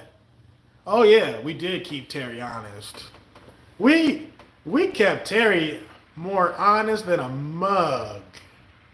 And I like Terry too because she doesn't curse either. Well, that's not true. She curses sometimes. But we keep Terry honest in the sense that we're like, hey, whoa, Miss Lady, you should not be cursing. Congratulations, Pinocchio's helicopter. Because one time, I think this is before Jamie hit the scene. I can't remember. But she did a stream once. And Nero was in the background doing something. And she got ticked off. And she cursed. And I'm in the chat. I'm either in the chat or I'm on the stream with her. I said, don't curse at my boy. I said, hey. Maybe she didn't curse at him. Maybe she just yelled at him. Because she used to yell at him. I told her multiple times in the comment section, if you yell at him again, I'm going to come kidnap Nero. Oh, I'm going to kidnap him. 1,000 views and counting. Good stuff. Tar Baby Yoda. He's referring to Pinocchio's helicopters song. But yeah, I'm glad you said that, Yoda. We do keep Terry honest. And I think about what I said earlier with Hake. Hake keeps me honest because I don't curse as much. And we keep Terry honest because she doesn't curse as much. Honestly, I think everybody's keeping everybody honest because none of us really curse like that. And that doesn't mean you're honest just because you don't curse. I'm saying when you're around decent people, you won't have a choice but to be decent. Like if you go to a school with a bunch of skater kids, everybody's skating on skateboards, rollerblades, you name it. You're probably going to have a skateboard in your backyard somewhere. If you grow up around a bunch of people who swim all the time, who surf, you live in California, Florida, where there's a lot of water, and all your friends are doing that, there's a good chance you're going to be surfing, buddy. It goes for anything, music, art. You are who you hang out with. That, and they say you are what you eat. Yeah, real quick, I want to give a shout out to Pinocchio's helicopter. Earlier, when this stream started, we were sharing each other's pages.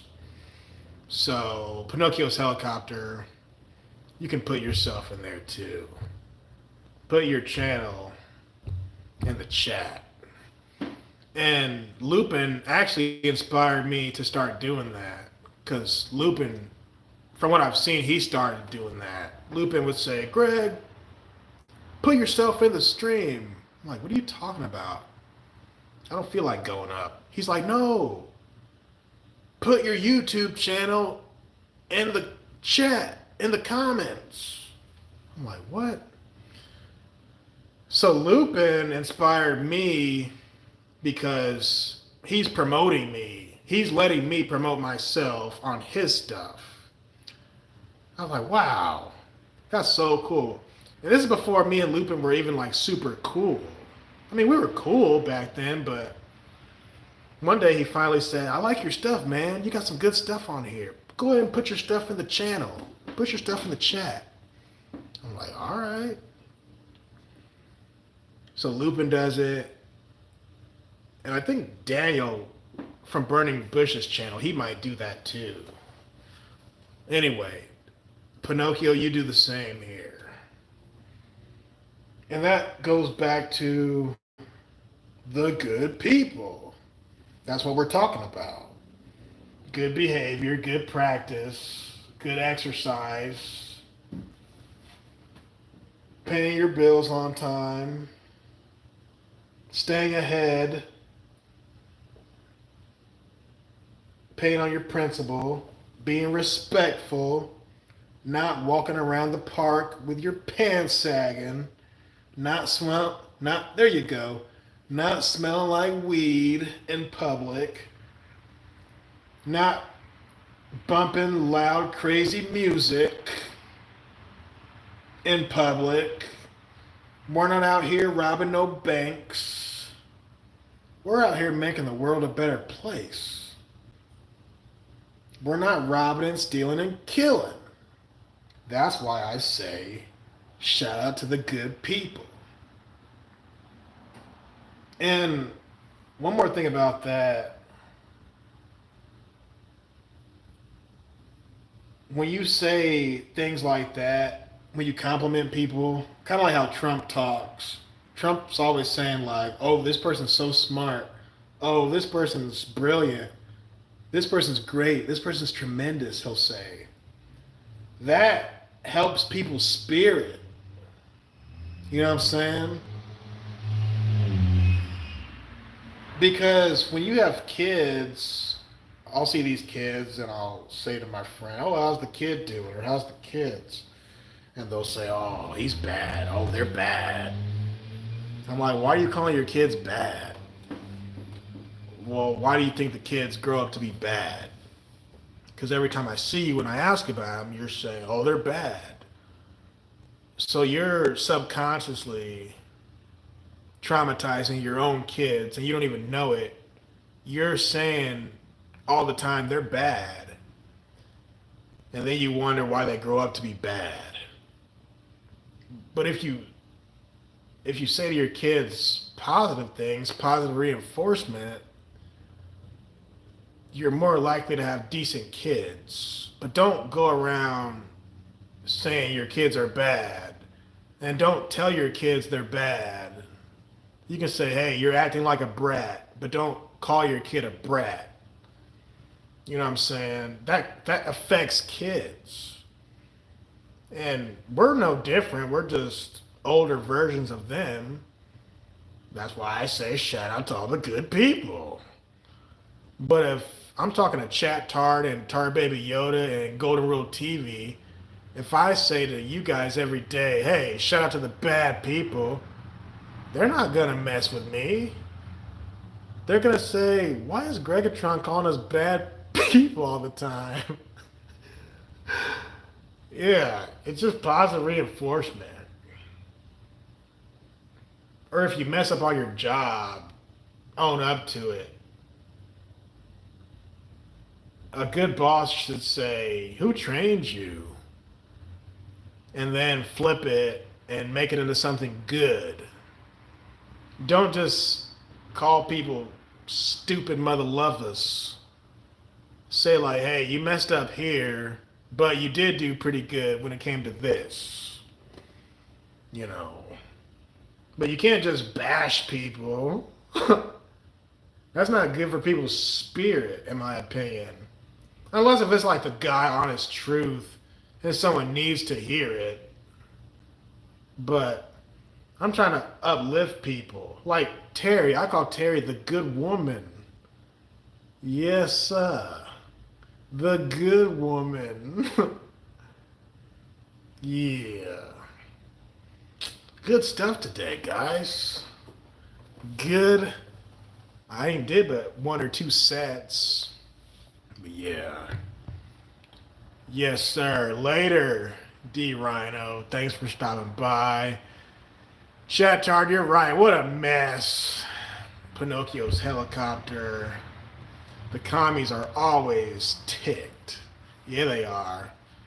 Chatard, what are you talking about? Greggatron, let's go do a smash and grab with BLM. Nice try, buddy. See, if we were to do something like that, I can no longer identify myself as a good person. I can't identify you as a good person because good people don't go around looting Target. That's just Chattar. He's just being funny. He doesn't mean what he's saying. Forgive him. He knows not what he does. He's trolling. And he told me weeks ago, I'm only here for the chat. You know what I'm saying? Like, that dude does not care what me or Terry or Daniel or Lupin, he doesn't care what we say. He's just there to talk mess. I'm like, what are you doing? Like one time, this actually happened a few times. We were on Terry's show, right? And Chattar was just saying some crazy stuff. And I'm thinking, I know he doesn't mean what he's saying. I know he doesn't believe what he's saying. He just be saying stuff, and it'd be so stupid. But he'd be having me dying. I'd be cracking up. But he's saying stuff to get a response from us, we the people. And then after he says something stupid, he'll just start laughing. Like, oh, it's all good because I'm laughing type stuff. I'm like, this mother up here talking crazy on someone else's channel. One time, I'm not even going to repeat that. It was so trifling. So when he says he's here for the chat, he means that. He means it. Because whether he's in the chat or live with you face to face, he be saying some crazy stuff. And then he'll just start laughing about it. I'm like, this mother lover did not just... The dude is a trip. Chatard is a trip. I was trying to make Terry's channel go viral. I'm not talking about the race stuff. I'm not talking about the N-word stuff. That's not even what I'm talking about. I'm talking about, okay, you remember one time we were on Terry's and you said, shut up. he told her to shut up. And I'm like, wait, you can't tell her that. It's her show. And then he gonna say, this is my show. Like Steve Wilkos. He said, this is my stream, Terry. This is my stream. And then he just starts laughing. I'm like, how you gonna tell the host to shut up and say it's your stream and then start laughing about it? And she didn't mind. She knew he meant no harm. But he says stuff like that. That's like left field and funny and stupid. And they just start laughing about it. One time we were like trying to figure out who's girlfriend and boyfriend. You had Chris in there. You had Lana and Callie. You had Adriana Flowers was there. Somebody else. C-Sal. You know, we're playing. I was there. Terry. I think this was before Jamie. Anyway, Chattar gonna say, because I think Chris was hitting on Terry or something. And then Chattar gonna say, Terry, you're my girlfriend. he said, he said, "You're my girlfriend," and she didn't agree to it or anything. And then he's like, "You're gonna be barefoot. You're gonna be in the kitchen, Terry." And I'm just laughing because he just says stupid stuff, man. It's hilarious. That stuff be killing me, man. Stupid. He says, "Shut up. This is my stream. I'm in charge." And then one time, this is back when he was dating Latina and Callie. That's my girlfriend now, my current girlfriend, your ex-girlfriend. He was telling her, "Be silent, woman." just being stupid. Like, what did you say? You told Latina and Callie something. Yeah, the barefoot and pregnant in the kitchen. You said that Adriana is my girl and Latina is your girl. Okay, but what did you tell Latina and Callie that was so funny? You told her something like, I can't remember what it was, but it was trifling and it was stupid. But and he just admitted to it. He just said he's trying to make Terry go viral. That's why he says this stuff. But it's like there's the shock value. He doesn't mean what he's saying. He's just saying stuff. And you know he doesn't mean it because he just starts laughing afterwards. I'm like, this dude. This dude is so funny. Well, then later, Jamie came along. And I think Jamie is keeping everybody honest. Right? So shout out to Jamie Russell, Terry Strange, Tar Baby Yoda, Golden Rule TV, Sweet Amy, Heat Black. Did I say Golden Rule TV? We got some good people on these networks. Oh, Pinocchio's helicopter, of course. Yeah, man. I call him Ethan Hawke. Shout out to the good Ethan, Zenny, Serge, Joel Friday. I made a video talking about Joel a few days ago regarding his 300th episode. That was nice. But we got a good thing going here, people. Even if Chattar does want to come in here and talk mess. In all honesty, I thought Tar Baby Yoda was bad, but I think Chattar is a bigger troll than Tar Baby Yoda. In a sense. Yes, sir. Shout out to Tar Baby Yoda and all the people in the beginning who was here when the stream started, you guys, but we got some good stuff going here. Good stuff. We do a little trolling. It's called We Do a Little... No, you do a lot of trolling. You troll a lot. You're like... when I was a kid, when I used to say, what if I genuinely wanted to know, but what if this happens? Does this still happen? What if this person did this? Would history still have happened this way? As a kid, I think I was being genuine when I was saying, but what if when you're trolling, I don't think you're being genuine. Because I was a kid, right? I didn't see it as trolling. Now, I knew I got on the teacher's nerves, but I think you're intentionally trolling. And you just admitted, you just said, oh, I'm here for the chat. And then you said something else like that. You said you were trying to make her go viral. So I think you don't really believe what you're saying 90% of the time. Now, you do speak some truth. I'm not just sitting here saying all you do is go around and troll. No. You're a brother with some wisdom. You do have some wisdom behind you.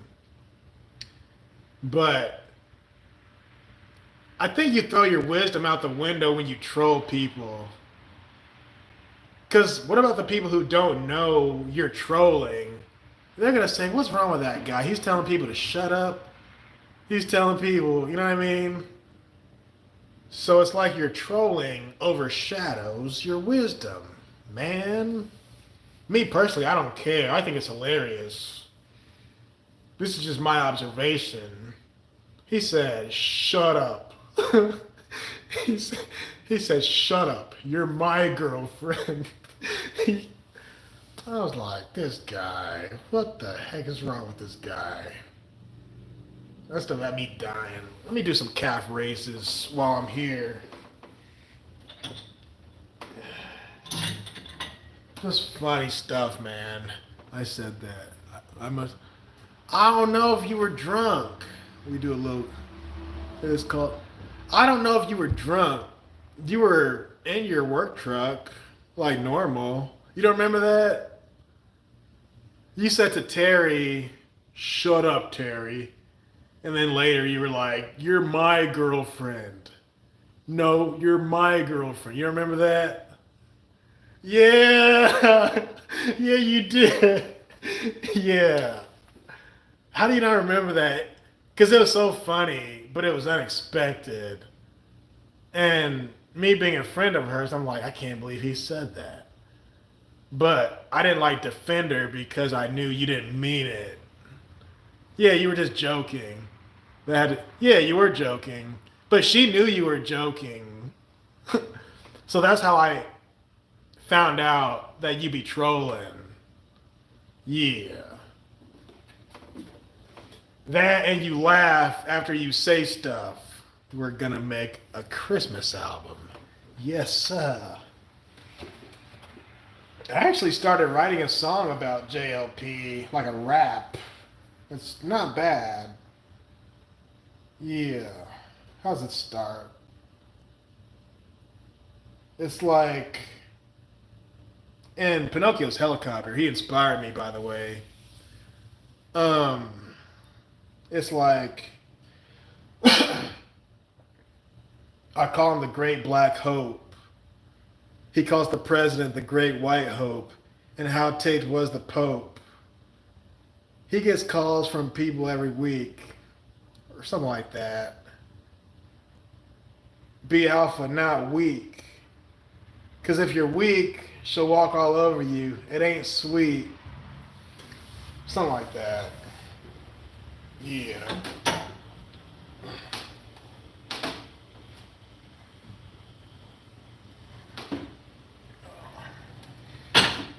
I did move the camera, didn't I?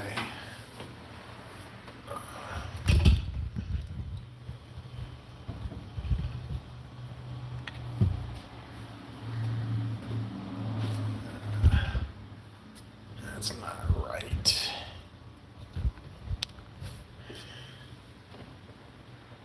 Yeah, I was actually going to send it in a super chat, like some of the lyrics. The only thing is, Hake won't read it right, because I don't even know the melody yet. But it's kind of good.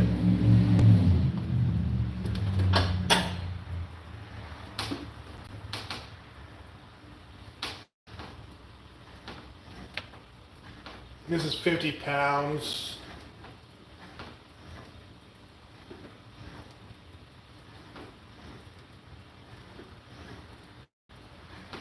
I also thought about making a video about the song where I'm kind of rapping it, or at least talking it in poetry.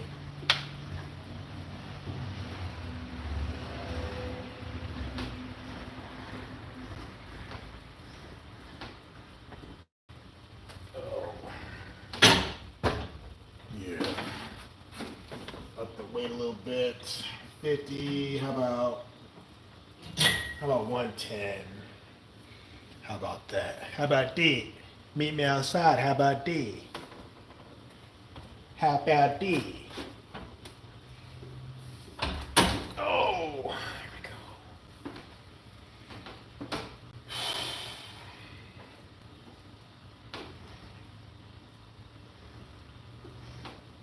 go. Or maybe I'll read it to you guys on the live stream. How about that?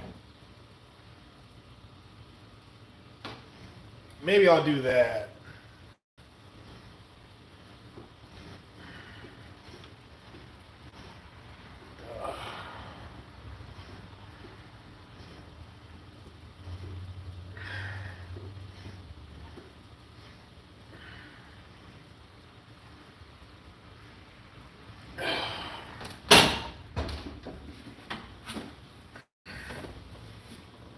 Hank didn't play all of it.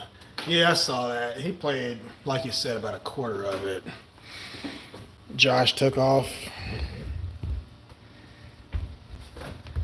Let's see.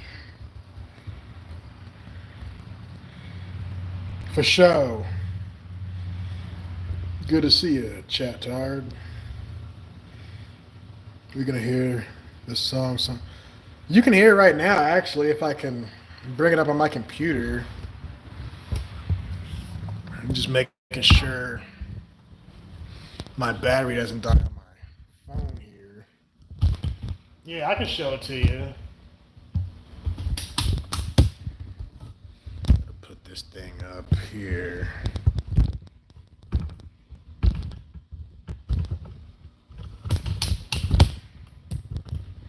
The good tripod.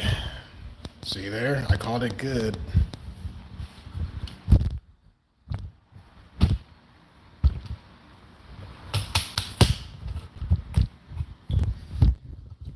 All right.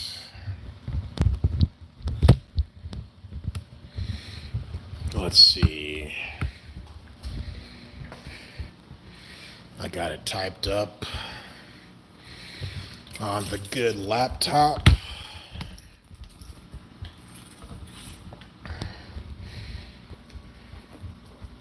I didn't even write in this notebook yet. It's all good. My bike still isn't finished charging yet. This bike is the stuff. I love this dang bike. This thing is like my best friend.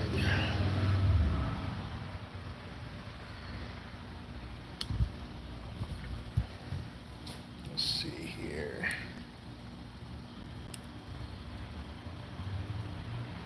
It says it's at 100%.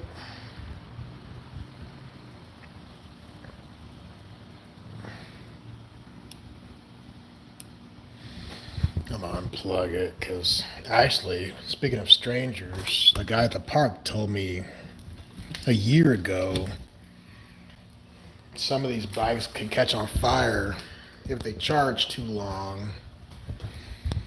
I'm like, really? He's like, yeah. There was like a recall or something. So I don't like my stuff charging overnight if I can avoid it. Hey, man.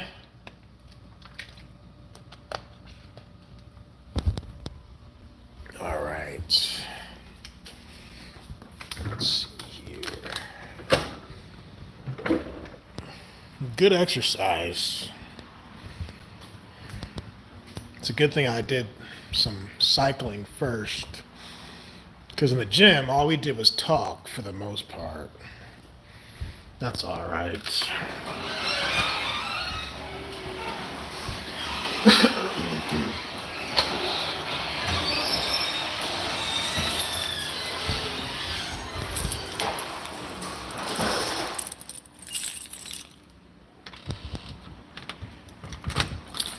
You guys really want to hear this song?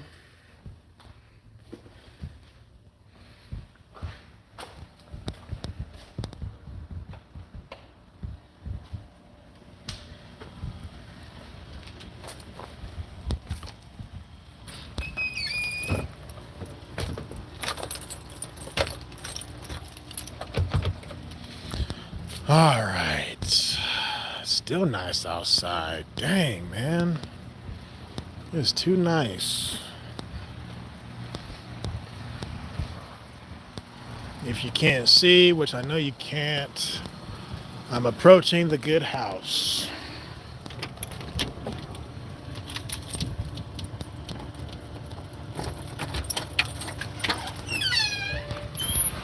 All right.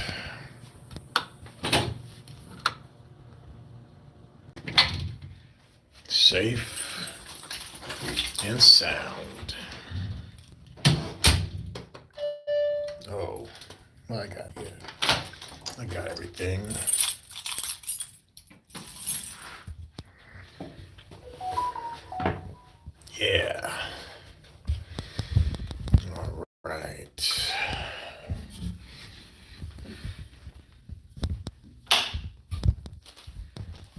fill out the notebook later. You like my Venom poster? Hold on a second. Check this out. You might have seen it. Yeah. I got that from one of the quad cons. This dude named, dang, I can't remember his name. But this dude could draw, man. This dude was super talented.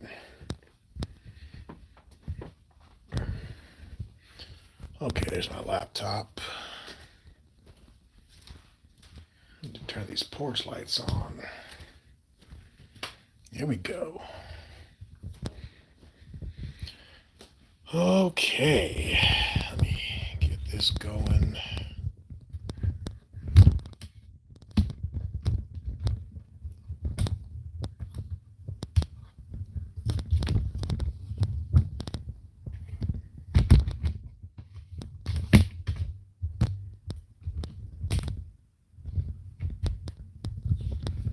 Chat Tart said maybe he was drunk when he said that. It's possible. It is possible.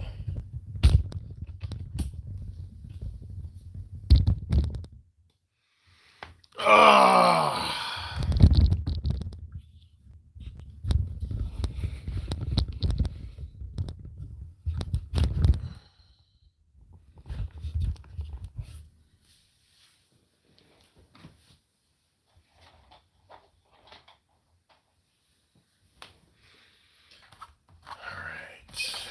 Well, actually, I should charge this thing. Let me make sure this phone's charged before I do anything.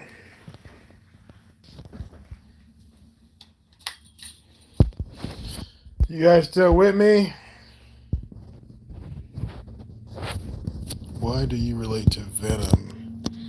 Oh, Venom? Venom is my guy. That's why. That's a long story. Okay, we still got plenty of battery. My history with Venom goes a long way, my friend. And that is a story for another video. Yeah. Oh, thanks.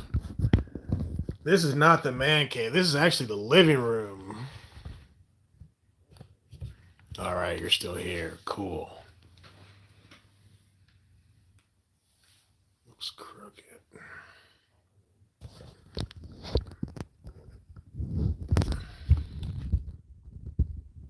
Yeah.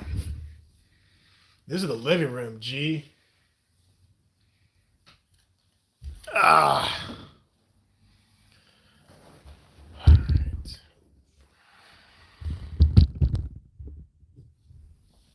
I got my good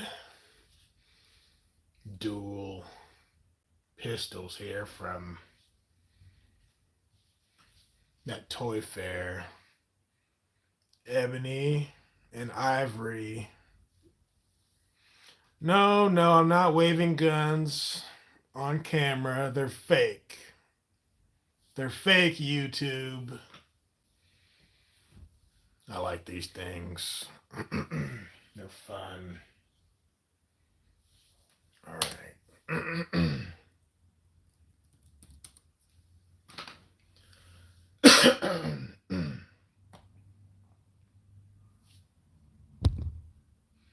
The Captain Shield, yeah. Pinocchio's helicopter is still here. And I wrote this, what's today, Sunday? I wrote this yesterday morning.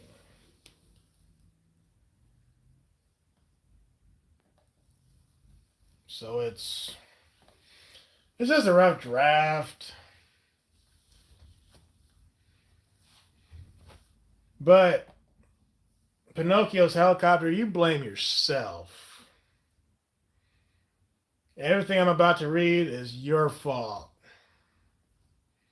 because I was being peaceful this whole time until you made your little songs. I was like, what? This is good. This is really good, actually. Well, then, just to give a little background,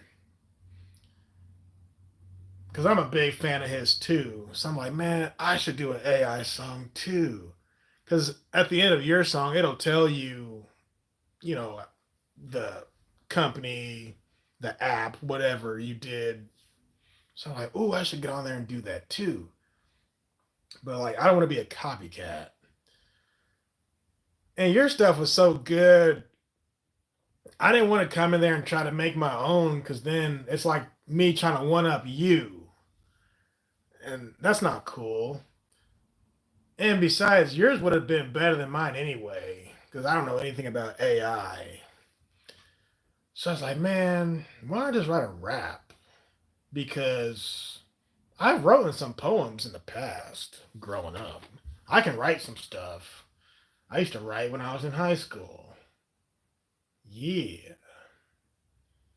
Anyway, are y'all ready? According to YouTube, 5 people still here. Let me see something. Live.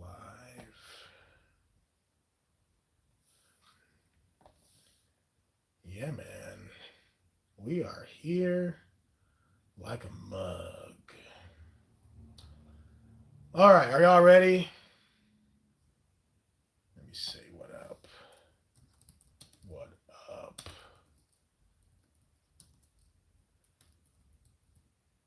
Yeah, man.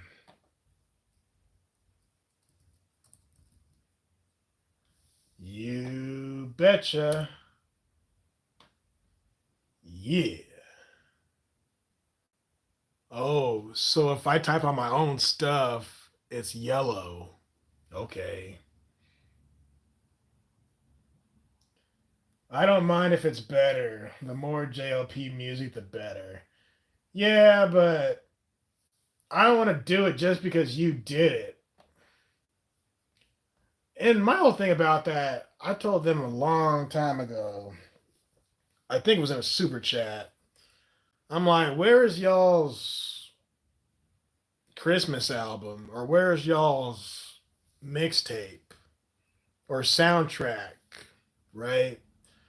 You got Joel Friday TV. You got Trevor Wesley. You had Hassan at one point. You had Lord Baby 42 making some stuff. There was all these talented people. There was more than that. Oh, well, I don't think Get a Job was included, but there's a lot of people making JLP music, including Joel and Hassan. I'm like, why don't y'all make an album, like a real album? That would be dope. I said, but nothing ever happened. But they were all making, oh, Big Bump. Big Bump was one of them. But they were all making individual music. And I mentioned Big Bump in my song. So I'm like, why don't y'all just get together? Y'all already have a studio. It's not a recording studio, but it's a studio of how they do their work. But you live in California, I'm sure you can get a studio somewhere. You know what I mean? And they release one. Oh, yeah. I would pay for it. They would probably have to do iTunes and Spotify. It's not iTunes anymore, it's Apple Plus or something like that. Apple Music. Yeah, Plus, that's Disney. That's Disney Plus. I call it Disney Minus. But they should have had an album, especially when Hassan was still there. Yeah. You know that stuff would have been fire. Because they were all so musically talented. I'm like, you got to get this together. You got to get this work in one place. You know? And then I stopped talking about it. But when you dropped your song, I was like, this is on a different type of level from their normal music. Because like Lord Baby 42, he would just take JLP sound bites and put it on a beat and make that into a song, like The Pope is Ticked. And then Joel, he would kind of rap the stuff he did for the intro and different things. But I'm like, you got Big Bump, you got all these people. You should make a mixtape for sure. Anyway, let's see.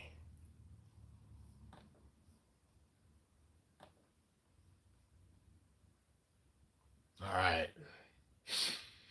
I call him the Great Black Hope. He calls the president the Great White Hope. And how ticked was the Pope? He's on air 5 days a week. Be alpha, not weak. Because if you're weak, he'll just call you a beta. That's not sweet. If you're beta, you're just following Adam and Eve. People say he says the darnest things. Wait till you hear his take on racism and slavery. Wait, racism doesn't exist. If you still believe it does, then you got no sense. Our battle is spiritual, not physical. If you're living in the physical, Satan is your God, not God. You just got to forgive, drop your anger, be still, and know that He is God. You can't love God and hate your Father. He can't help it. He had the nature of his mama, so make sure you forgive your mama too. That's what he said. That's what he means when he calls you a beta. These women will slay you. They'll hate you, weak men, even more than the alphas. He gets calls from all over the world dealing with trauma, anger, divorce, baby mamas. But JLP doesn't judge like Your Honor. He doesn't have opinions. All he does is speak the truth. Big Bump already told you you're going to get this truth. If you don't want to listen, that's fine. Suffer and die. Husbands and wives fighting until the end of time. Woo! This is good. Christ already came back for you, stupid, so don't lose it. Drop your anger. God will change your nature. How cool is this? He talks about this thing called the silent prayer. When folk cuss him out on air, he just don't care. The truth is already inside him. He's not lying. When she's crying, she's lying. Having counseling sessions with everybody. He treats all people the same. Alphas, betas, women, men, blacks, whites, young, old. Don't get lost in the maze with Maze, Tony, and Earl. Mel keeps yelling into the phone. But Jesse is patient with folk. It's no joke. Giving hope. That's what I call dope. He gets on different people's shows and has them on his own. He talked to Amber Rose, the Hodge twins, and hundreds of more. He's got his own little network, his own coffee and merch. For those who want it, God said it, I want it. Bible Thumper Thursdays is probably my favorite. How can you hate this? Joel deals with relationships, and Hake is the news station. Hassan is still walking on water. And then that's pretty much where I stopped. I'm going to say something about Nick. I just don't know how it's going to tie in, but I wrote that in like one morning. Yeah. Fun stuff. Fun stuff. You guys wanted to hear it. So, here we are. Yes, let me see. Um, If they released one, it was okay. Yeah, I read that. Do one of Suno Greggatron. So is Suno? That's the AI app, right? That's what you're talking about. See, if I were to do it though, I would want to use my own voice. One of those bars was deep. Very creative, man. Pure fun. Okay, thanks. Let me rewind for a second. Nick and something about his. Maybe. Let me rewind here for a second. One of those lines was deep.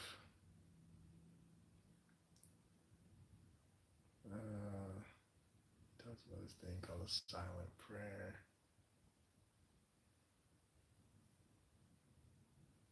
It's good stuff.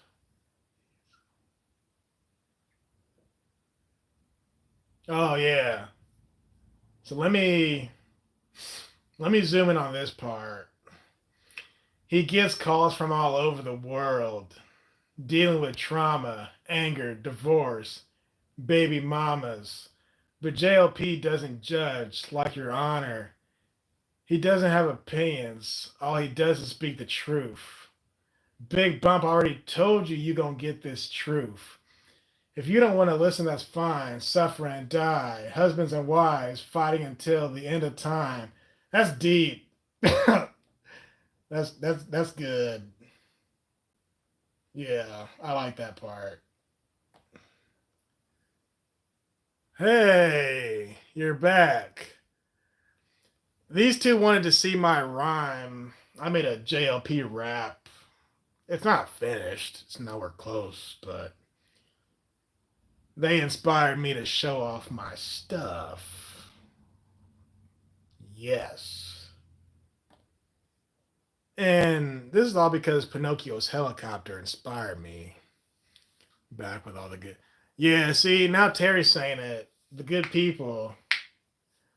I think I said earlier after you left, but I was saying I call you the good woman. Yeah. I just shouted out most of you. Okay. So is the song up yet or no? Because last I checked, you only had 3 songs. Has that changed? Yeah. There was a guy maybe a year ago. He was on Nick's show and he did a rap on Nick's show, which was pretty good actually. It was a poem. It was good. Yeah, man. Let me see. Pinocchio's helicopter.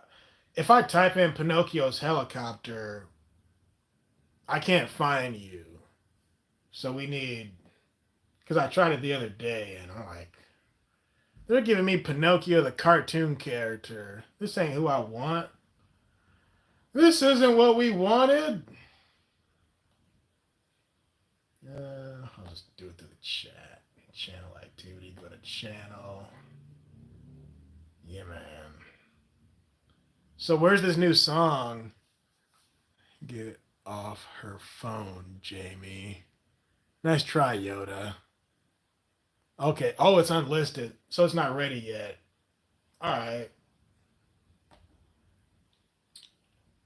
Once it's listed, oh, so I can watch it? How can I watch it if it's unlisted?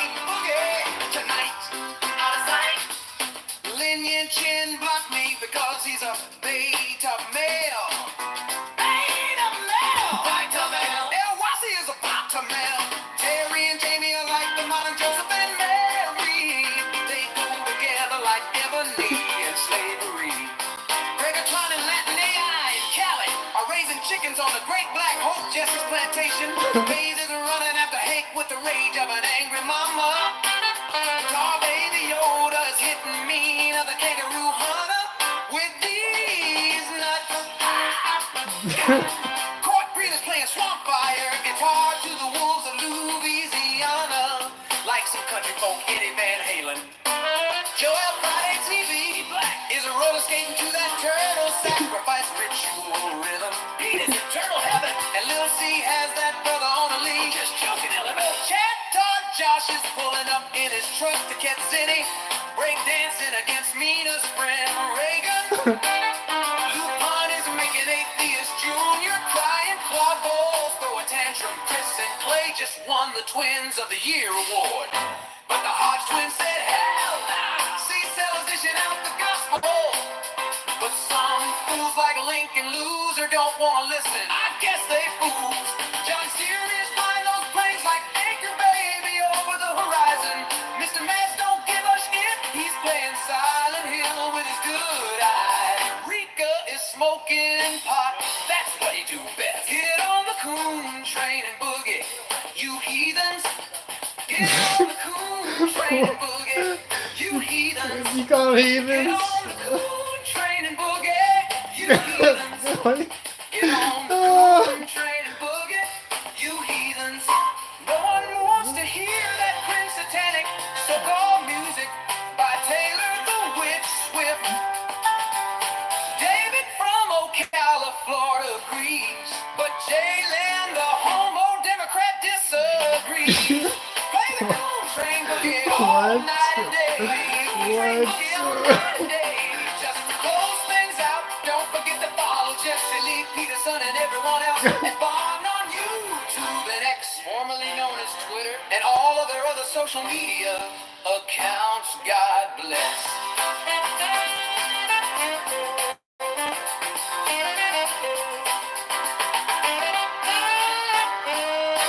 Whoa. I hit the like button. That's good. Whoa. I like that word, heathens. I like that. I think my mom used to say, stop acting like a bunch of heathens. Guy, maybe a year ago, he was on Nick's show and he did a rap on Nick's show, I can hear myself. which is pretty good actually. That's good. I can't wait for that one to drop. That might be the best one yet. I see this 1,000 views. Okay, good stuff. I told you. I was actually wrong. I said in a week from now, it'll be having 1,000 views. That was on like Wednesday. It actually took half a week to get to that 1,000 views. Because when I said that, it was at like 500 something.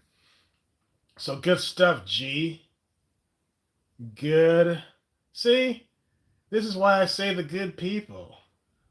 Because a bad person could not have made that song. You know? Only good folk can be responsible for such goodness. That's correct. It's so good, I might have to play it again. What do you guys think? You want to hear it again? Cheers, he says. Wow, Pinocchio. Yeah, he's good, man.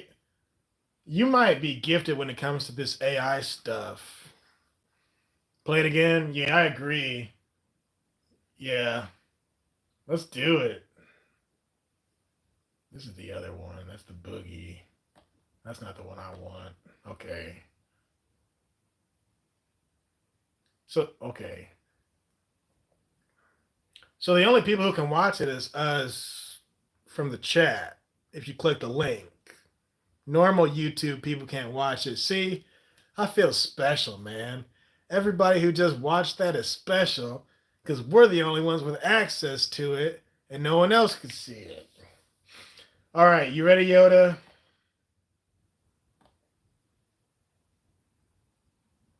Oh, I hit the mute button, didn't I? Raising chickens on the Great Black Hope Justice Plantation. The raisins are running after Hank with the rage of an angry mama. Hold on.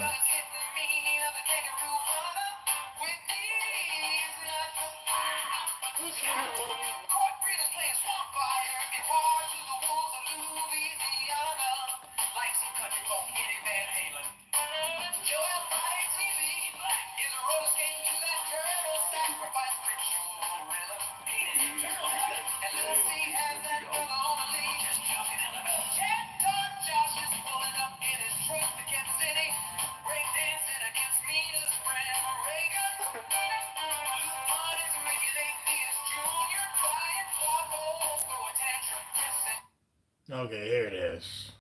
Okay. My bad.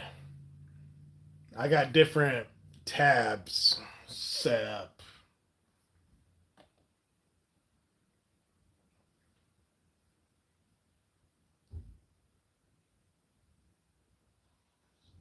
Damn good song. That was a damn good song. Oh yeah, and that guy Pete from Alaska. Him too. All right.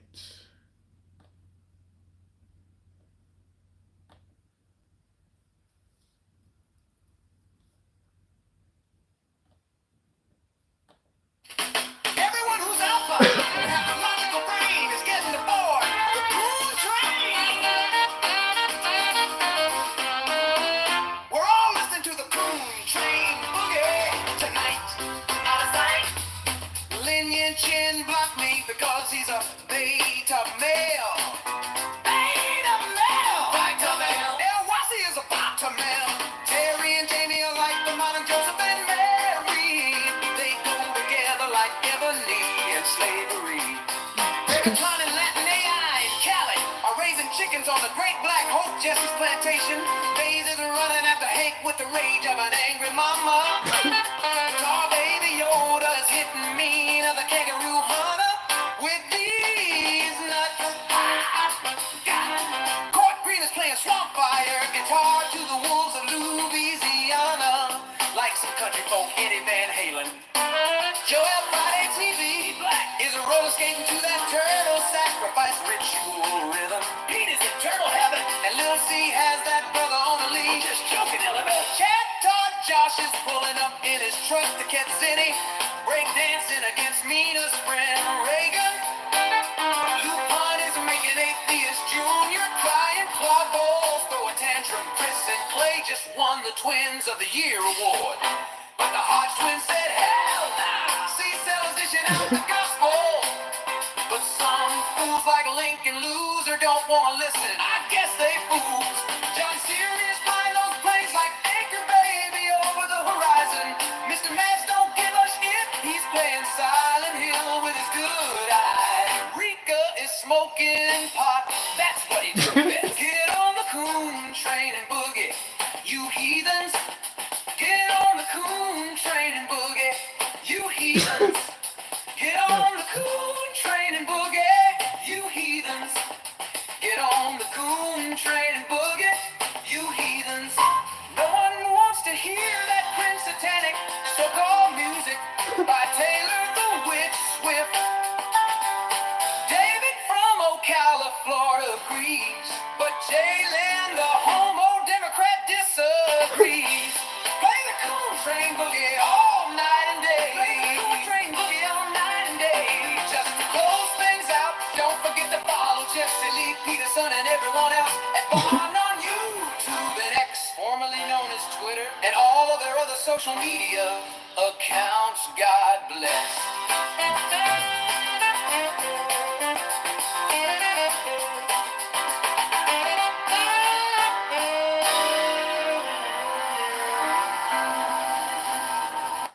You know what it reminds me of?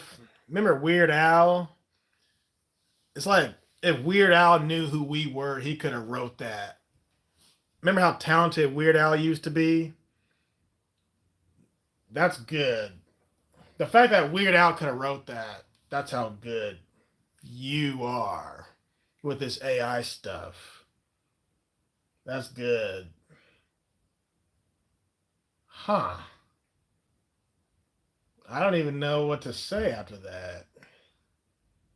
I like the heathen part. Oh, I know what I was gonna say. Um, so is this song the remix to your other song? Is it like a follow-up? Because it feels like a remix, not a remix, but it feels like the sequel to the Coon Train Boogie. Am I right about that? If it's not, it could be. That's all I'm saying. Yeah, good follow-up song. And then your first video was like the prequel to the Coon Train Boogie. because the lyrics were the same, but the beat wasn't all the way there. Whereas the one that has 1,000 views now, that was like the final draft. But this song feels like the sequel.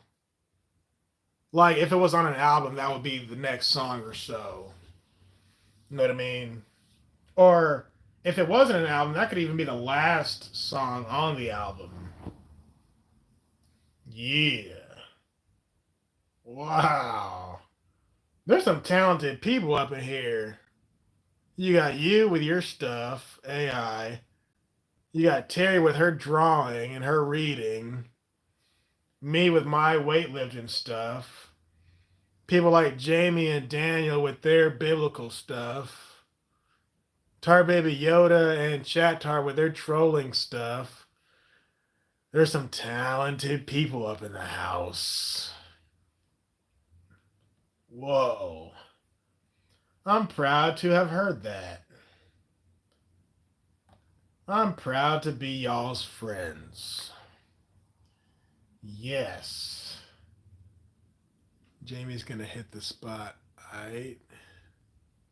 Are you talking crazy talk, Mr. Yoda? Man. It's like he took each of us and made that stuff real. Yeah, a lot of talent. It's like Pinocchio's helicopter.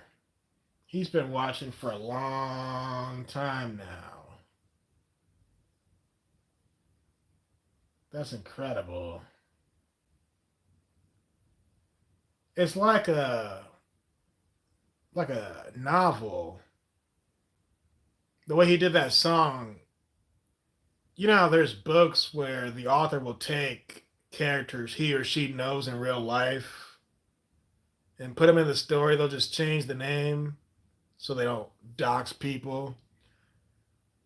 What Pinocchio's helicopter just did was something similar. He just took all of our personalities, like with Frederick smoking pot and JC and everybody he just mentioned.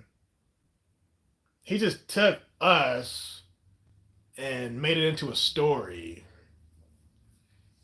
Like what Tar Baby Yoda always says as far as these nuts. Ha! Got him! He just took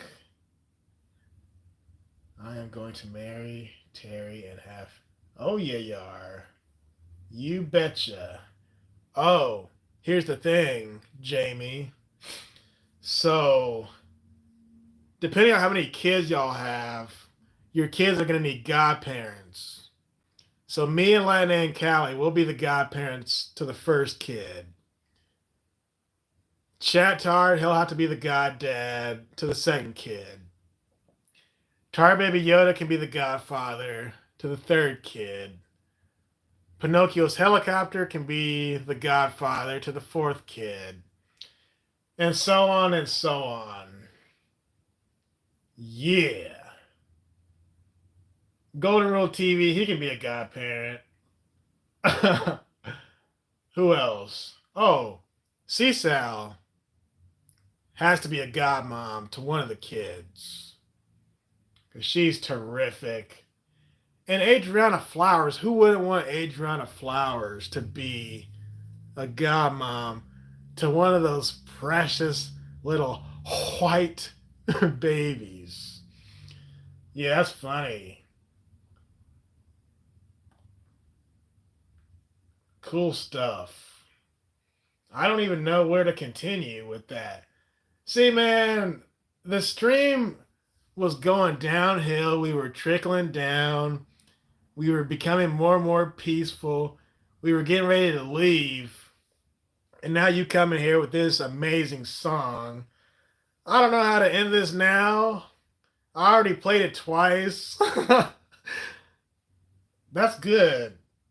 Oh, man. So, it'll probably get also 1,000 views. But I do have a question. Where is the original Coon? What's it called?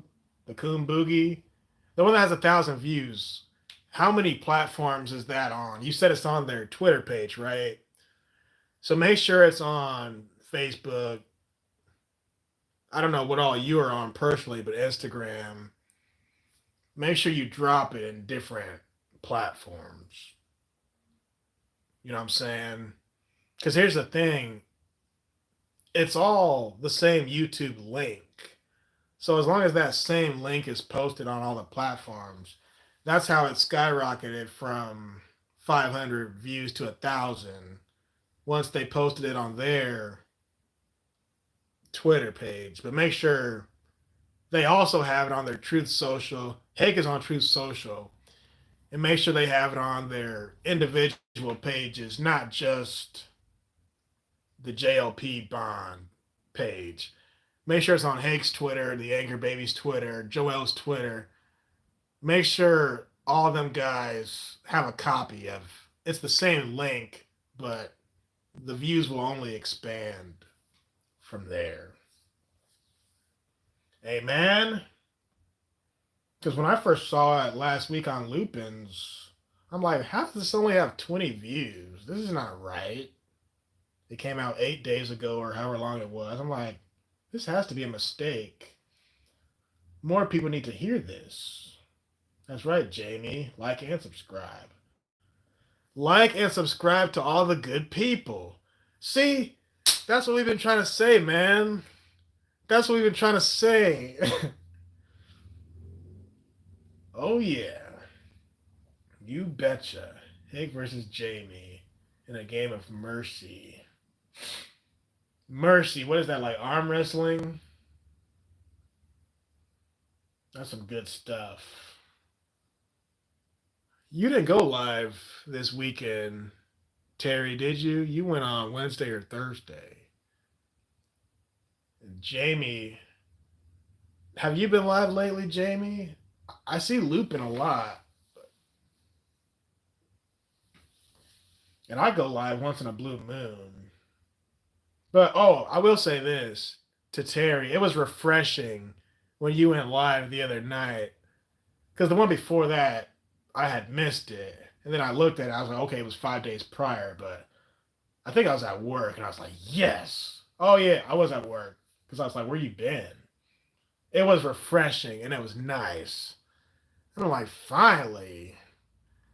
Because YouTube is not the same without Terry. And don't get me wrong. I meant to say this in the comment section. But Lupin has been holding down the fort. All right. So shout out to Lupin, the Wolf's Den. But it's still not the same without Terry. That's the truth. I had a work conference last week. It took a lot of time. Okay. Oh, it took a lot out of me. Yeah. I get that. That's totally understandable. Because when you're working a lot of hours, especially if you're traveling for work, you can't do your normal stuff. That I understand. Were you guys here when I was talking about the couple at the hotel who looked like a couple, but then they said they worked together? That was an interesting conversation we had. They looked just like a couple, but they said, "Oh no, we're just here on business. We're married to other people. We're just here for this conference." But that reminded me of that. Do you travel for work? You don't have to say if it's too personal. You said a work conference. So you probably didn't like get into an airplane and fly to Texas or nothing. Still, work is work, regardless of where you go. Especially a conference. There's always going to be something going on. How'd the conference go? Did everything go smooth? Did Jamie go with you? Was he your security guard? Your bodyguard? I got to go to the suburbs. All right. Cool. Yeah. And I also noticed remember when Daniel had Lent? It wasn't the same on YouTube. I'm like, Daniel, come on now. You ain't gonna be gone for that long. He's like, yeah, I'm supposed to be gone for how long is Lent? A whole month? I'm like, dude, man, what we gonna do? What are we gonna do? But I noticed when Daniel did his Lent thing, Lupin stepped up. And when Terry took her conference for work, Lupin stepped up. So Lupin is like everywhere at once. I noticed. I'm like, dog, how is this dude still alive? This dude is on YouTube holding down the fort. Lupin is holding down the fort in the same way Pinocchio's helicopter is holding down the music industry right now. Yes, sir. Until Easter next Sunday. Oh, you're fasting. Ethan Hawke is fasting. Okay. I never really understood how to fast. Because when I was a kid, when people talked about fasting, in my mind, you remember how Terry talked about the childlike mind versus childish? Well, my childlike mind at the time, I'm thinking, but if you fast for 30 days, that means you don't eat for 30 days. That means you'll die. And I know that's not the case. I'm sure y'all eat something. But just the idea of not eating for a month, it like low key traumatized me. Like, I don't want to do that. Wake up the next morning, be anorexic. But I get it. Fasting is a good thing, especially if you want to lose some pounds. Like yesterday, I only ate once all day. And today, I ate a muffin in the morning, and then I ate a meal before I cut my grass and got on my bicycle, all that other good stuff. So it's past 10 o'clock here, but I've only eaten once as far as meals goes.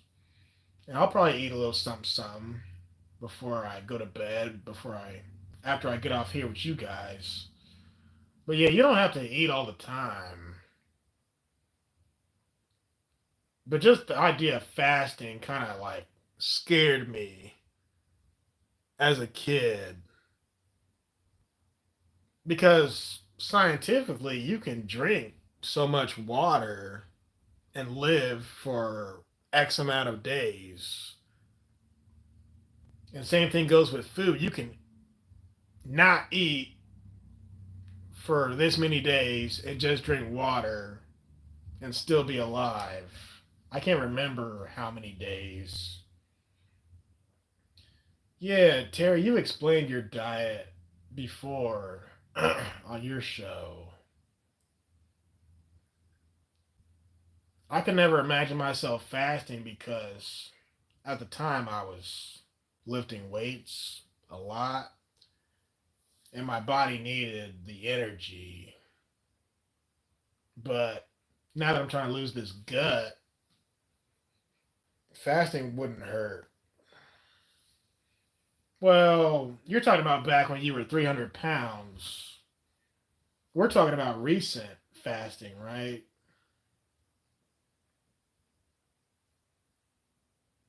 So, when you lost your weight the first time, when you were obese, quote unquote, were you fasting or were you just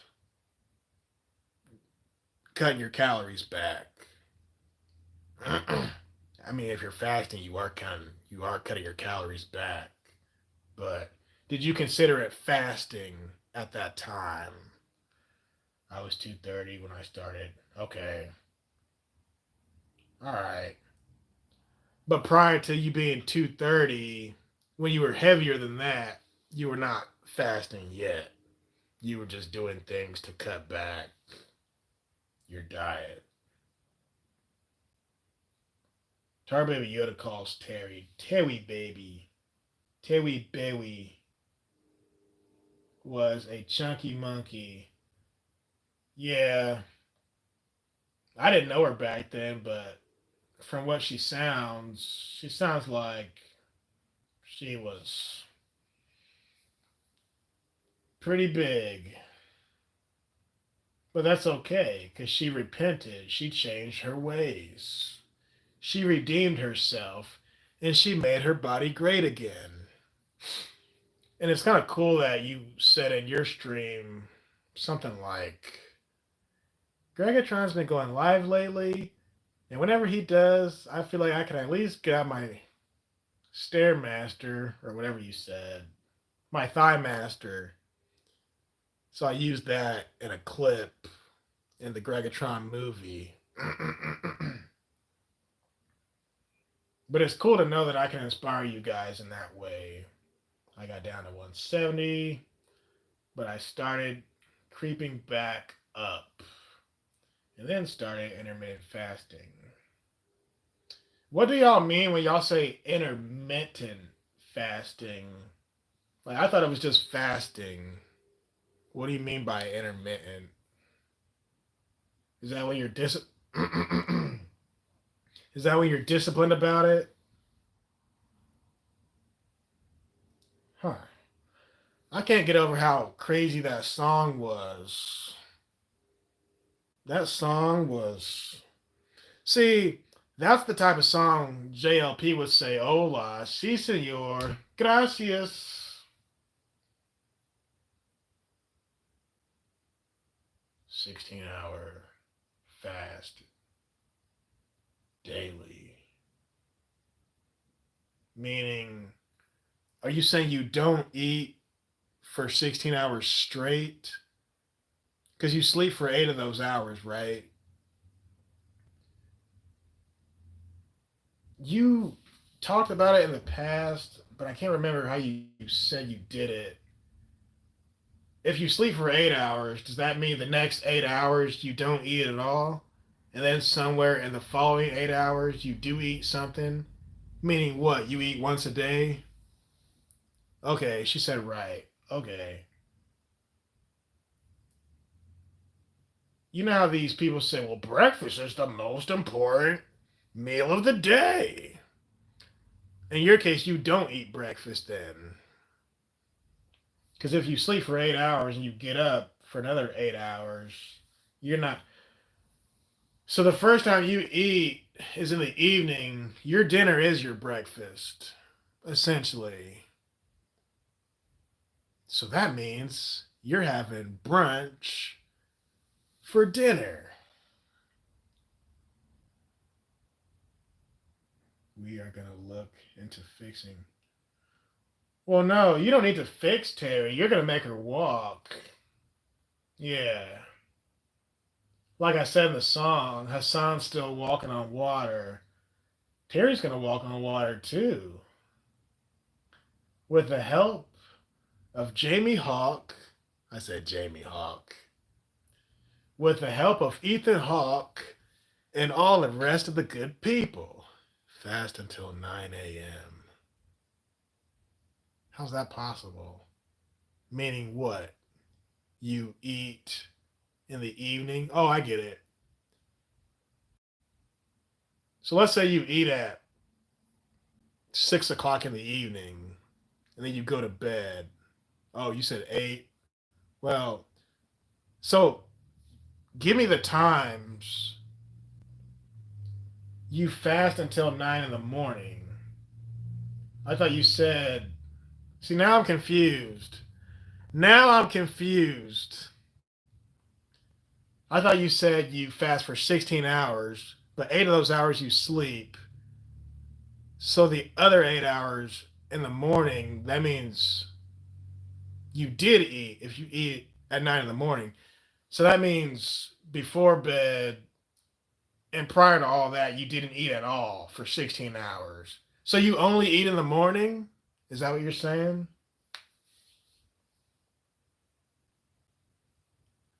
eating window is between 8 to 4 p.m.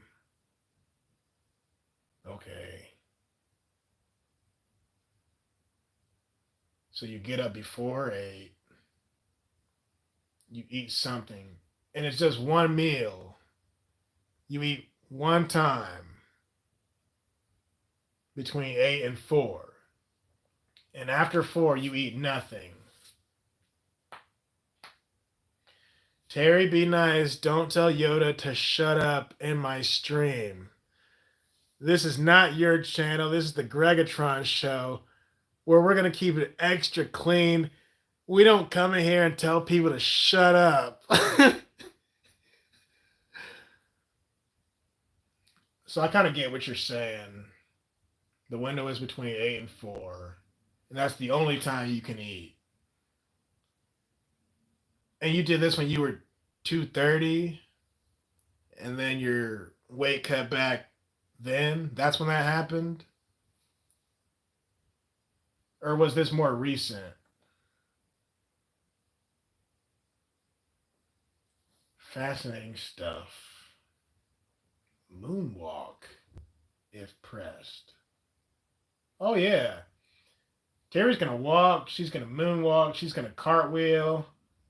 She's going to be doing jumping jacks. Just you wait. She'll be doing squats. She'll be doing burpees. She's going to be doing all the good deeds, all the good exercises. Oh, yeah.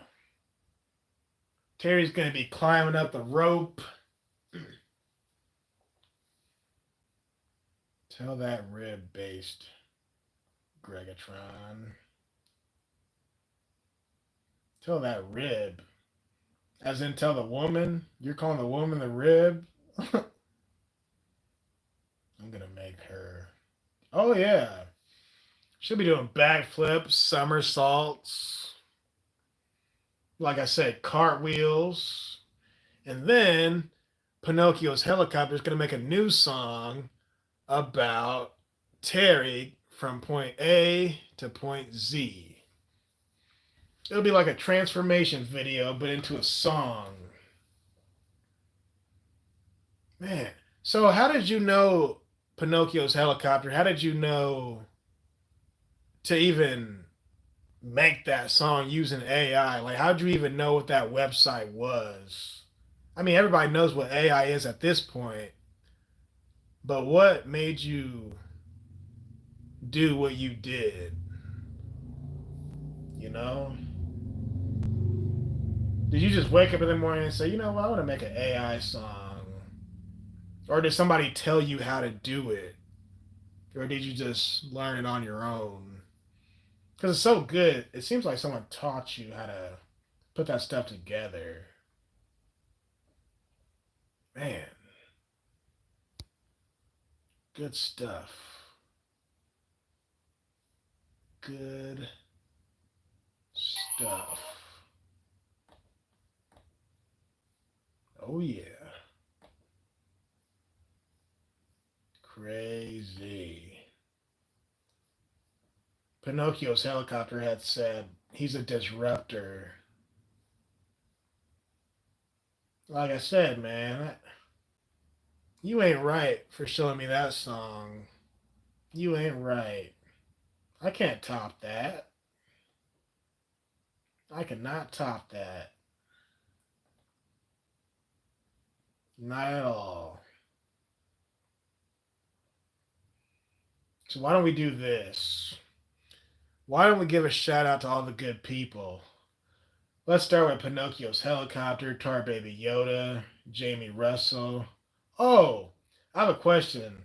What does CME stand for? Is that an acronym or something? What's the CME all about? Because a lot of times in the chat, I'll be on my phone and I don't have time to type the dash and the CME and all that.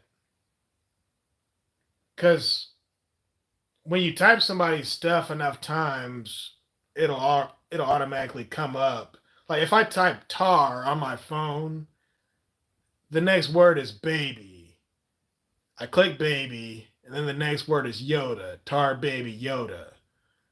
Whereas in your case, Jamie Russell dash CME, my phone won't even let me auto correct, whatever you call it. That. It used to be spelled out, but I shortened it. Oh, Christian Middle Earth. Christian Middle Earth. Okay. When I think Middle Earth, I think Lord of the Rings. So it's like if Lord of the Rings was Christian. Okay. I was wondering that for a while. I'm like, what is this CME stuff? Okay. Christian Middle Earth. When I started on YouTube, my name was Greggatron78 because 78 is the last two digits of my phone number. And there might have been another Greggatron or two out there. Well, now I'm the only Greggatron with two G's with the views I have. Now, there's another Greggatron out there. He's black. And he's like a DJ. He does music. And he's Greggatron with one G. I'm Greggatron with two G's.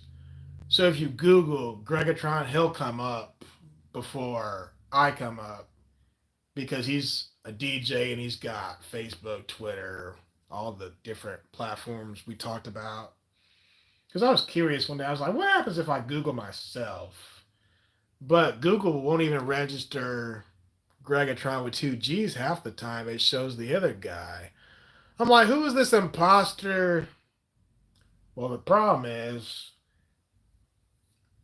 it's not a problem, but I don't have all those social media. The only thing I'm on is YouTube, where this guy is kind of all over the platforms. So that's why he's more prevalent. Yeah. I'm not doxing myself. I just said the last two digits of my phone number. You still got to get the area code, the next three, and the next two after that. Yeah. But yeah, it was Greggatron78, and then later it just shortened. And then my boy G4 Leader, he was G4 Leader 46. And he kept the 46 on his name. Who's a fake Yoda? Oh, the other guy? Yeah, I looked up his stuff. And apparently he's good with that music stuff. So I'm like, all right, shout out to Greggatron. But again, he's Greggatron with one G. I'm Greggatron with two G's. I'm like, how you going to take the name Greggatron and you ain't got but one G? But I think it's funny because we're both black. And I think he wears glasses sometimes, like me. So I'm like, this dude is an imposter. Hold on. Let me look him up. Greggatron. I'm typing it with two G's. Yeah. If you type in Greggatron, it says musical artist. He's got shirts too. He's on Instagram. Let's see. And if you're on Instagram, you're gonna get much more following. Cause who's not on Instagram? Facebook, Spotify. Yep, Spotify, Apple Music, Instagram, YouTube. He is on YouTube, Facebook, Spotify, and more. And then it says people also search for Greggatron age, Greggatron songs, Greggatron videos. So this guy might be like a celebrity low key. The problem is people might get us confused. Maybe I'll reach out to him and say, hey, you listen here. You stole my name, pal. I gotta see something. How long has he been? See, he's really not on YouTube that much. He's really not. 7 videos on YouTube. Let me show you guys what I'm looking at here. How you flip this? Flip.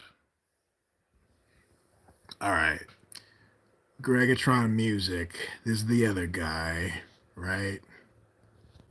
Now, he's got 86 subscribers. According to this, he's been on YouTube since 2013. 2013. I've been on YouTube since '08. So he's an imposter. He is an imposter. What I might do, and I'm just playing with y'all, I'm trolling. I don't want you to get the wrong idea, but I should hit him up in the comment section like, hey, you listen here. You stole my name. You stole my identity. Okay, here's some of his music. You're the identity thief. See? That's his music. Greggatron. Oh, live at Pops. I've been to Pops before. Okay. And he makes remixes off different stuff. But yeah, I should tell him, like, hey, like pretend to bully him just to see where it goes. I shouldn't encourage this behavior. I'm just trolling. But I should be like, hey, if you don't change your name within 5 days, no, I shouldn't even play like that because people are going to take it serious. I'm live on YouTube, and if I say the wrong thing, the algorithm will throw a fit and think that I'm threatening people. I'm not going to play like that. I'm just joking. Yeah. You see him, Tar Baby? Well, it's okay, Tar Baby, because I'm goofy too. Yeah, we're all goofy to some extent. But I might start listening to his music just to see if he's any good. Because what if he is good? That could be a good thing. I could be like, oh, look, it's a fellow Greggatron with some sense. And maybe, since I'm writing my own song that I showed you guys earlier, maybe we'll make a collaboration. Maybe, just maybe, we'll be best friends. Because I'm curious. I'm like, who is this brother who calls himself Greggatron outside of me? Greggatron with one G. Who is this? Who started in 2013? But you would think, out of respect, he would have been like, well, maybe I should see if there's another Greggatron out there first before I call myself Greggatron. But clearly his name is Greg too, right? But somewhere along the line, somebody was calling him Greggatron. Knowing him, I don't know him, but he probably started calling himself that like a lame-o. Whereas me, I never wanted this name. This name was given to me by the streets. The streets gave me the name Greggatron. You asked me about Venom, Tar Baby Yoda. I'll explain that next time. Because it's not really a long story, but it's interesting enough to where maybe I'll make a video about that. Yeah. So Tar Baby Yoda, don't troll the other Greggatron. Leave him alone. Be peaceful. Be nice. Alright? Okay. Tar Baby Yoda, shout out. Pinocchio's Helicopter, Jamie Russell, Christian Middle Earth, aka Ethan Hawke, Christian Middle Earth, Terry Strange, The Good Woman, everybody else who was here. Yes. We got a lot of people here, actually. off and on. Chatar went to bed. D Rhino, yep. There's a lot of good people here today. And I appreciate it. I really do. Does anybody have any last questions before I sign out of this? The great Princess Snow White Hope. Yep, that's you. You betcha. Or is it the great Snow White Princess Hope? So your homework assignment, Terry, is to figure out who's going to be the godparents to your kids. Well, first you need to figure out how many kids you're going to have. And depending on that, you'll have an idea of who's going to be the godparents. But make sure you get Seasal in there. You know Seasal would make a great godmom because she already has kids. Get Seasal in there. And Joel Friday, he can be one of the godfathers too. Well, that might not be right because he still owes you child support. That might not be a good look. But definitely, at your wedding, let Pinocchio's helicopter play his song at your wedding. And Jesse Peterson, he's going to be y'all's reverend. Yeah. And you'll be doing cartwheels and backflips up and down the aisle. Yes, sir. Quick question, since I'm asking if anybody has any last questions. Do you watch any cartoons, Terry, at all? Nah, I want to be married by my pastor, if possible. Your pastor would be all right. Let JLP in there. So, Terry, do you have HBO Max at home? HBO Max. It's called Max now. Okay, cool. You watch some cartoons. All right. There's a show on HBO Max called Common Side Effects, right? And the people who made King of the Hill, they helped produce it. Mike Judge and Greg Daniels. Mike Judge. He helped produce this show, and it's about a mushroom. I made a video about it. Did you see it? It's about a mushroom that can cure dang near anything, any physical ailment, any skin disease, any type of cancer. If you get shot, if you eat the mushroom in time, if the bullet's like an in and out, it can revive you, right? It's like a sensu bean, but it's a mushroom. And it's 10 episodes. And I thought of you when I watched this show. I was like, huh. And I mentioned you in my video talking about the show. I didn't say your name, but I said I have a friend who's in a wheelchair. And I thought of her when I watched this show because if Terry had one of these mushrooms, maybe she could walk again. But it's so good, and it's science fiction, and they talk about the CDC and all these food and drug administrations. Yeah, Mike Judge. It's so good. They talk about if this mushroom gets out to the public, what it could do to society. Will it be a good thing or will it be a bad thing? Will hospitals go out of business if people discover this thing? And it's about greed and it's about human nature. And I think you would like it. It's called Common Side Effects. You gotta see it. They made him make Rick and Morty. Oh. So Mike Judge helped make Rick and Morty. Yeah.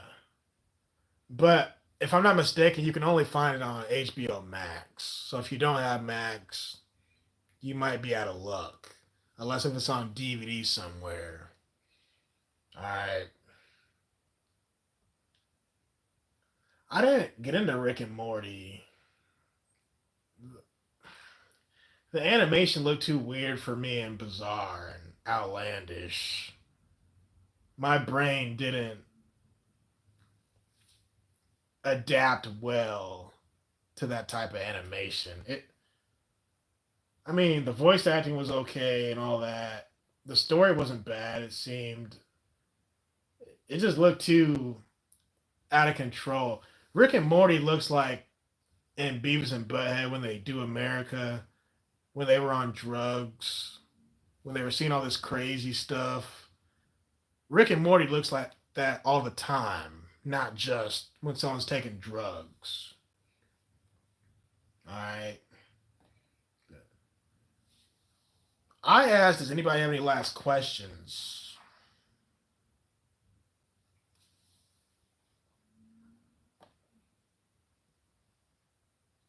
That was my last question about the show, common side effects. That was my last question. The guy, it's the guy who wrote the sitcom, not the guy that wrote the sitcom Community. Yeah, my judge is the guy. Well, then I found out he's the same voice actor also who plays Hank Hill. And I saw that in an interview when he was talking about King of the Hill. Then he did the Hank Hill voice. I was like, wait, oh, you do the voice too? So you're the producer and the creator and the voice actor. Huh. And he worked on Beavis and Butthead and apparently Rick and Morty and all kinds of stuff. Huh. Small world. Small. Like Todd McFarlane. That dude made so many comics to so many different characters. I'm like, and here I thought he just worked on like Spawn and Venom and stuff. It was like, no, this dude did drawings for everybody. I'm like, really? This guy's got toy lines from the 90s and whatnot. Still going strong 30 years later. I'm like, whoa. Don't agree with your politics so much, but love your lifting videos. Oh, thanks. Appreciate that. Wu-Tang Clan versus Mobb Deep. That's your question? I didn't listen to a whole lot of Mobb Deep. So, Wu-Tang. Wu-Tang. Yes, sir. I like Ghostface Killer a lot. Ghostface Killer and the RZA. Thanks to Afro Samurai.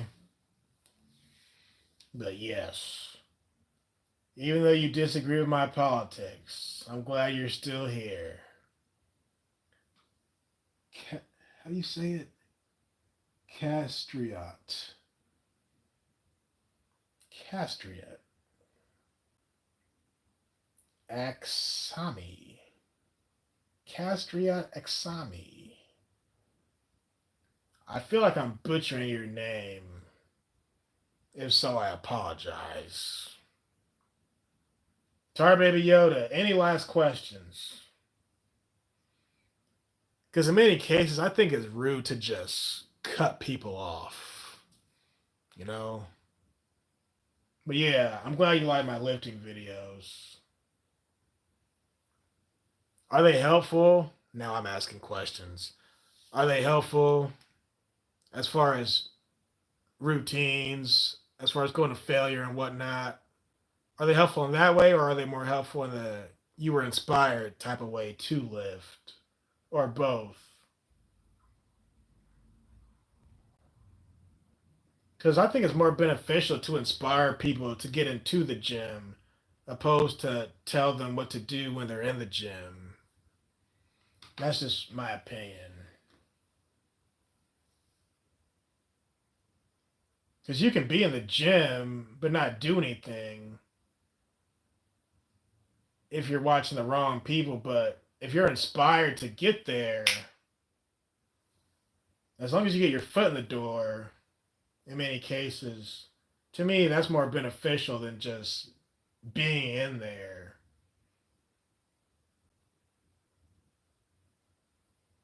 I appreciate your pressing videos. All right. I think there's a lot of stuff about how to get over hurdles and do varied work, and that's just with good programming. Fundamentals. Okay. And not just 6 tips to grow big. Haha. Buy my program.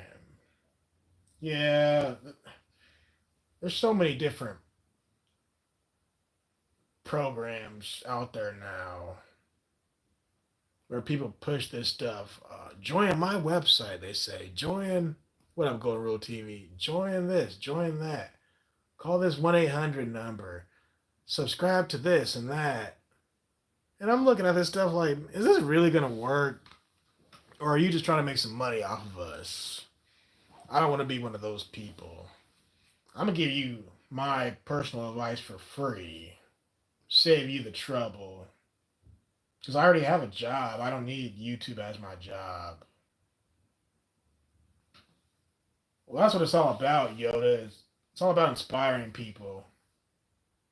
Archie Bunker is good people. I remember Archie Bunker. There's realism in seeing the videos and providing the expectations is really important. Patience is always the key. Yeah. You should definitely be patient with your workouts. Don't force a workout to happen if it's not yet meant to happen.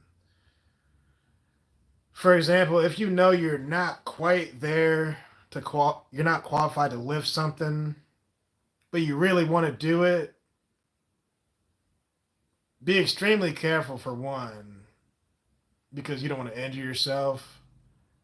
But you have to build up to that level.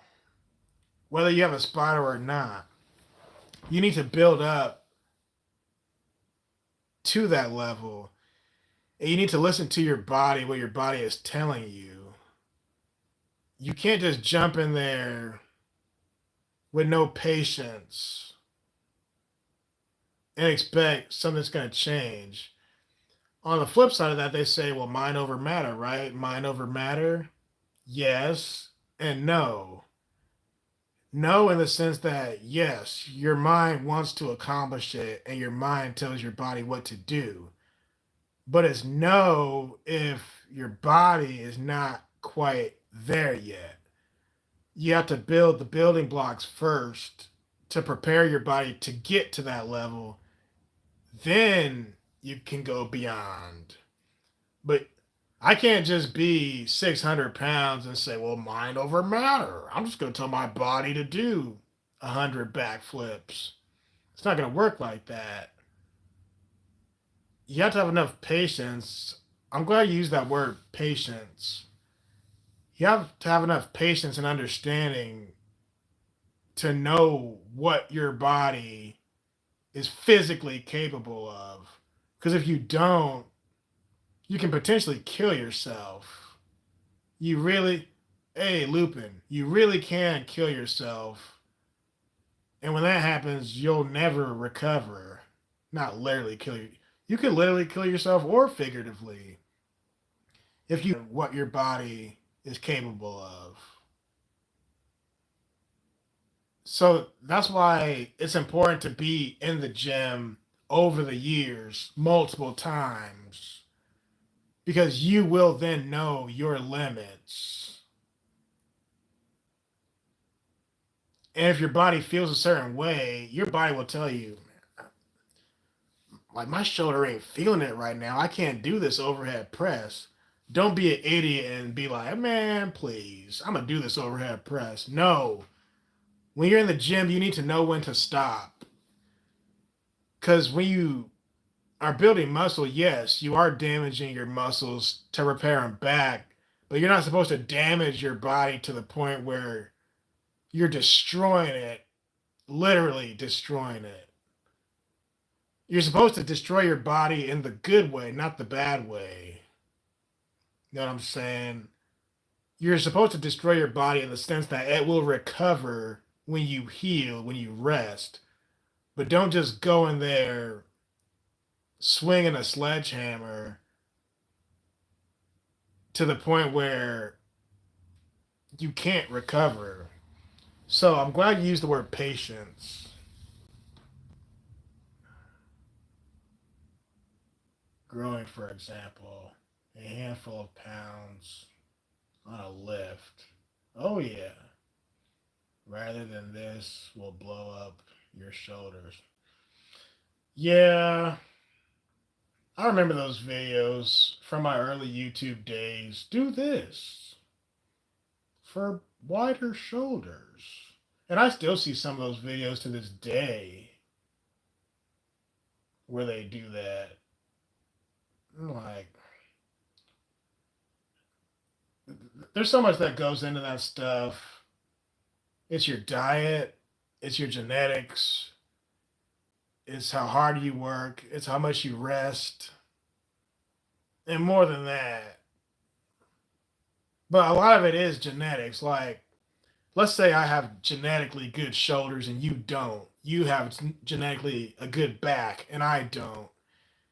If I do the same back routine you do to the T, but I have bad genetics and yours are good, your back is still going to look way better than mine because you were born with good genetics for a good back. And same thing goes for me and my shoulders. I used to not understand that. Another thing I realized, the Hodge twins said recently when they were lifting, they said back in the day, at one point they were on steroids. I was like, well, I didn't know that. I thought they were natural this entire time back when they were training. Well, that kind of shocked me because I was like, I remember doing a lot of what they were doing in the gym, but I never looked like them. And I knew what steroids were because I see guys like Ronnie Coleman and others. I would see these guys. So I knew what steroids looked like from watching these bodybuilders. But I didn't know the Hodge twins were on them at one point. So I'm like, well, no wonder I didn't look shredded and lean in the way they were, looking crazy. That's why I look so natural, because I am. I don't take none of that stuff. None of it. Oh, plug this in real quick. Just making sure. Just making sure this doesn't die on me. Yeah, man. There's some channels out there who be saying all kind of stuff. But yeah, man, it's your genetics, man. It's your genetics. And your rest. Rest is very important. I really like that word patience you just used. That's good. And let me take it a step further. How about the word understanding? You know, have some understanding for your body.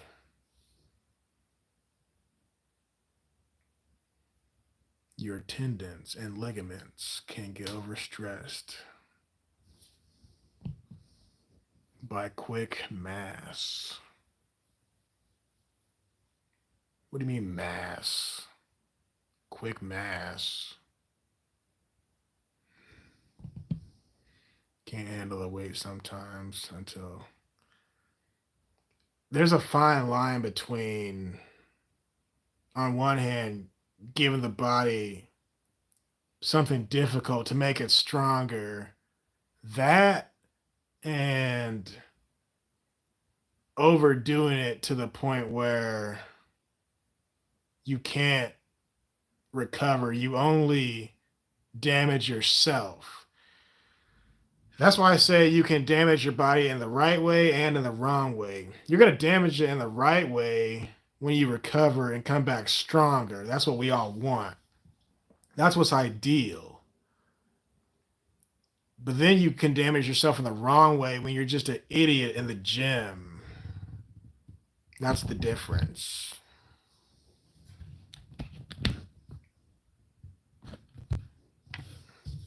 Yep, it's all ego lifting. It's your ego and peer pressure is something else.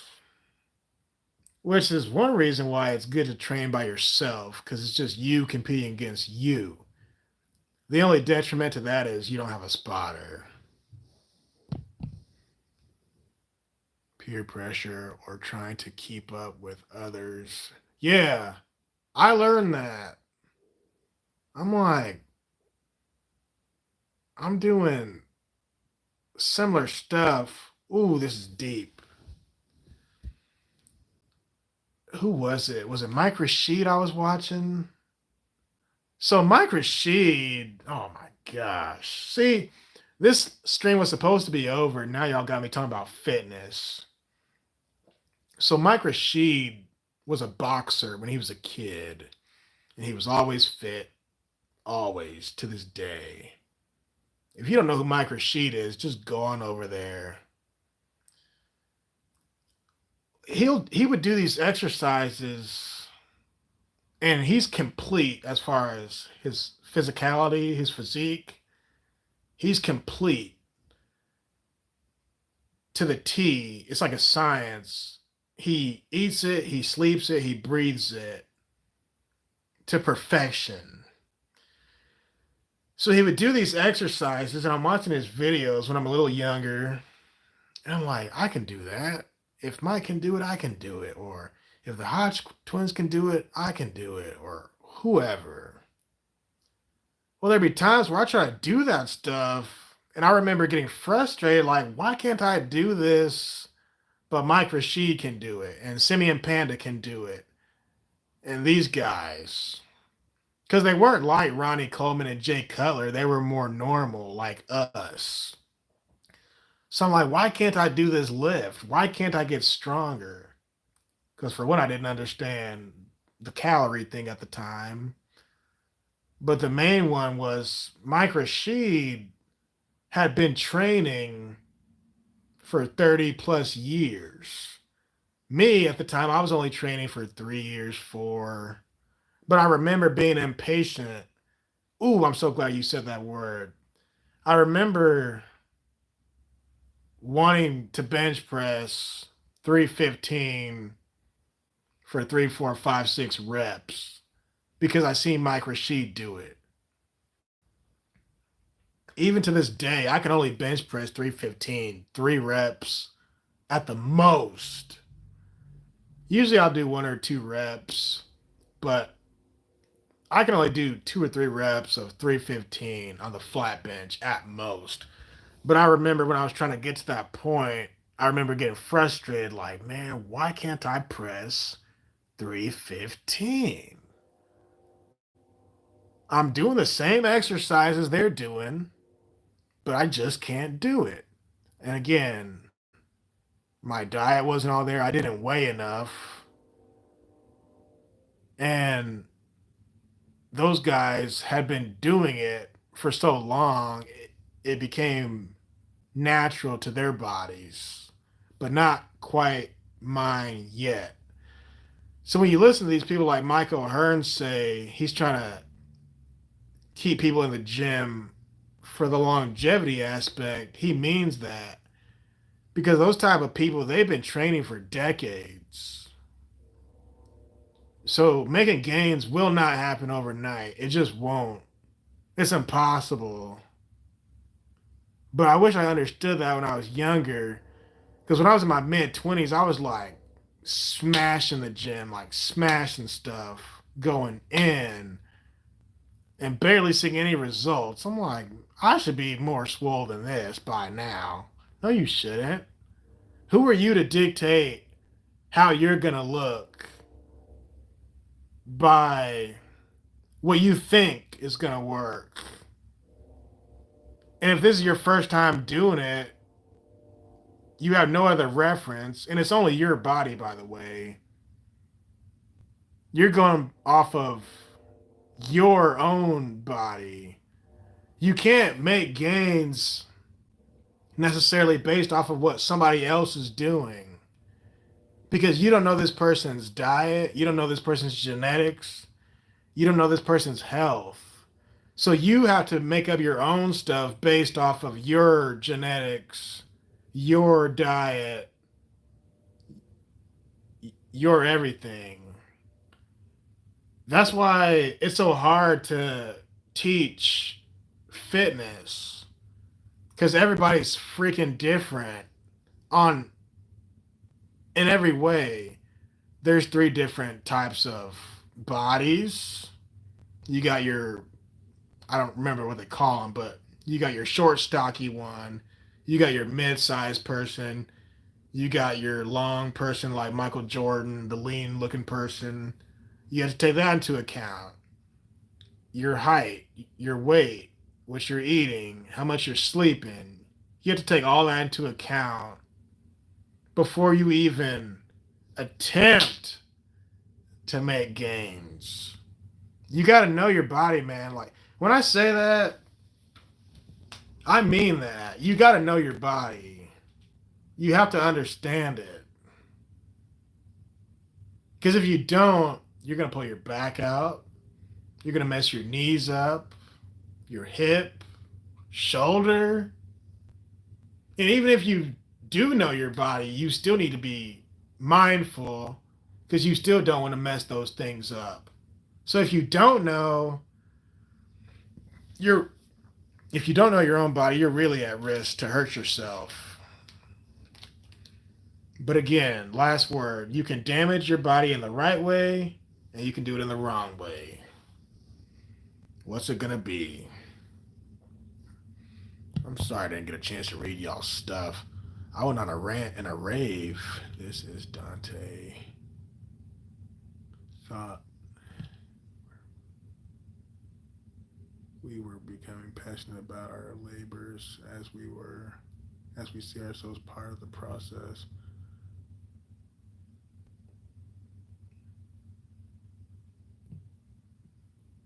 What up, Lupin? You guys are having a whole conversation. If you can't do 50 push-ups, do 10. It's better than nothing. Yeah, man. Hey, Lupin, why don't you go live next and we'll raid your stream? Because I got stuff to do. Dang, it's 11 o'clock. I still got stuff I got to do around the house. It's a good conversation, but I was going to say it's so hard to teach fitness in the sense that everybody is different. What's good for me will kill my neighbor. What's good for my neighbor will kill me. You know what I'm saying?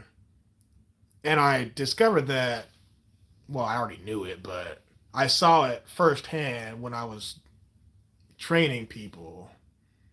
I was training people in the way I would train myself. But I'm not training myself. I'm training other people. These people, their physiques are totally different from mine. And many of them are older, or they were women. But the stress I put on their bodies might not have been what it should have been. I was basically training like they were me. And I didn't like murder them by any means. Y'all get what I'm saying. Lewis Black said, because we are all like snowflakes in the sense that everybody's different. But yeah. Thanks for being here, Golden Rule TV, Tar Baby Yoda. Did I get your name right? I'm just going to call you Cass. Castriot. Thanks for jumping in there, buddy. I think it's beautiful that we're allowed to witness our offsprings into life before our passing. Yeah, I would hope so. It's always cool to see your kids grow. I don't have kids of my own, but I have a niece and a nephew. And it's fantastic watching them grow. I'm like, how are we even having a conversation right now? I remember holding you when you were a baby. And now you're talking about Home Alone and Power Rangers and all this other stuff. You're doing flips and climbing, and yeah, it's great to watch kids grow. And they know so much stuff. They know more than you think they know. Like my niece, she's 10. She wants to be a marine biologist when she grows up. She loves fish. All right. She'll tell me stuff about fish. And this is before she was 10, by the way. I'm like, how do you even know this at the age of 8 or 9 or however old she was? I'm like, how do you even know this? Like, I remember when you were just a baby. Now you're teaching me about fish. Like, this is crazy. And my nephew, he's got the best memory as far as what we did. So we'll have family over, right? We'll be at my mom's house. We'll be playing. Months later, my nephew can say, yeah, remember when we did X, Y, and Z at mom's house? They call my mom mom because we call her mom, and they call their mom mommy. So when the kids say mom, they're talking about their grandma. So he'll say, remember at mom's house when we did X, Y, and Z? And he's like 3 at the time or 4. I'm like, how do you remember that? I forgot all about that. I'm like, wow. I can't remember what I did yesterday, right? But this little man at the age of 3 or 4, that's how their brains operate. You know how they say like sponges? They absorb everything. So you need to watch what you say around your kids because they take that stuff in.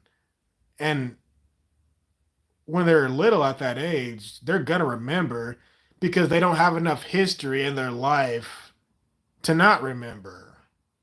They haven't seen a whole lot yet to where they're going to forget it, right? So yeah, he remembered something clear as day, and it happened 6 months ago. I'm like, dude, that's crazy. And I told my mom about it. I was like, he was telling me about X, Y, and Z, and he remembered it like it happened yesterday. Kids impress me, man. Kids are something else. When my niece was younger, we would talk on the phone. She's like 6 or 5 or something. She's telling me the whole plot of Home Alone from A to Z. And I'm thinking, how are we even having this conversation? You're a little kid and you're talking about Home Alone, the whole movie into detail. Yet when I say, oh yeah, I remember Bugs, she's like, how do you know who Bugs is? I'm like, because I was watching Home Alone before you were born, girl. And she's like, what? That she couldn't fathom, yet she could fathom the whole movie.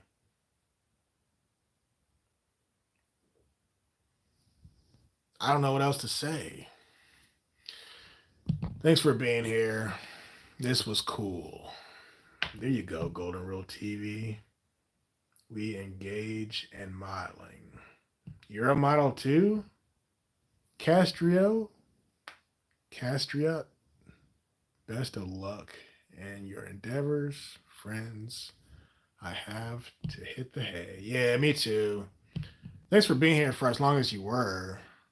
This was crazy. Got 10 likes going. Golden Rule TV. What is it? Well, let me click it on my computer first before I get out of here, or else I might not be able to find it. Let me guess. It's a song. Let me guess. Let me open it up just so I have it, and I'll be right back. Oh. It better not be some mess. Ah.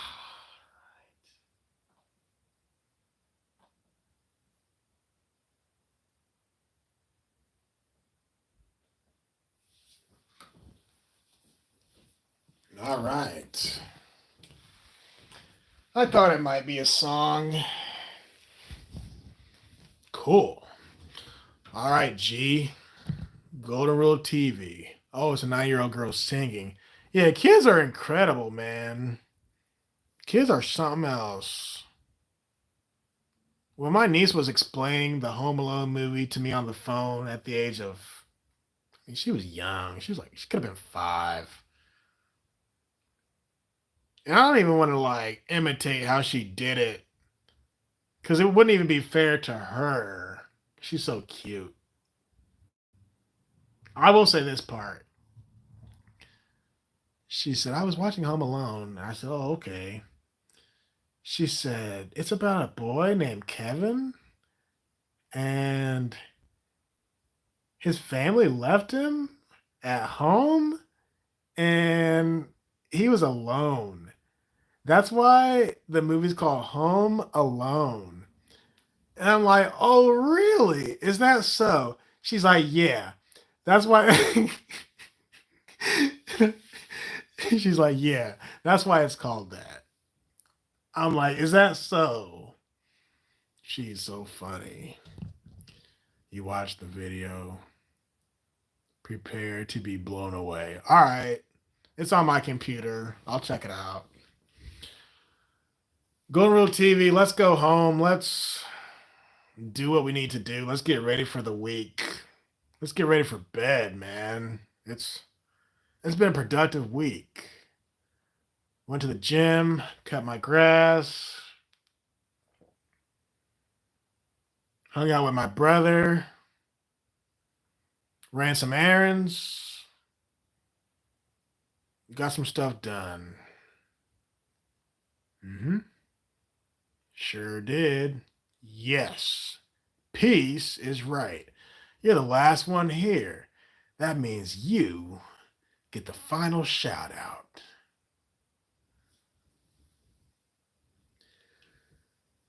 Peace, Golden Rule TV, and all the good people. All right. Now, how do I get out of this? Boom.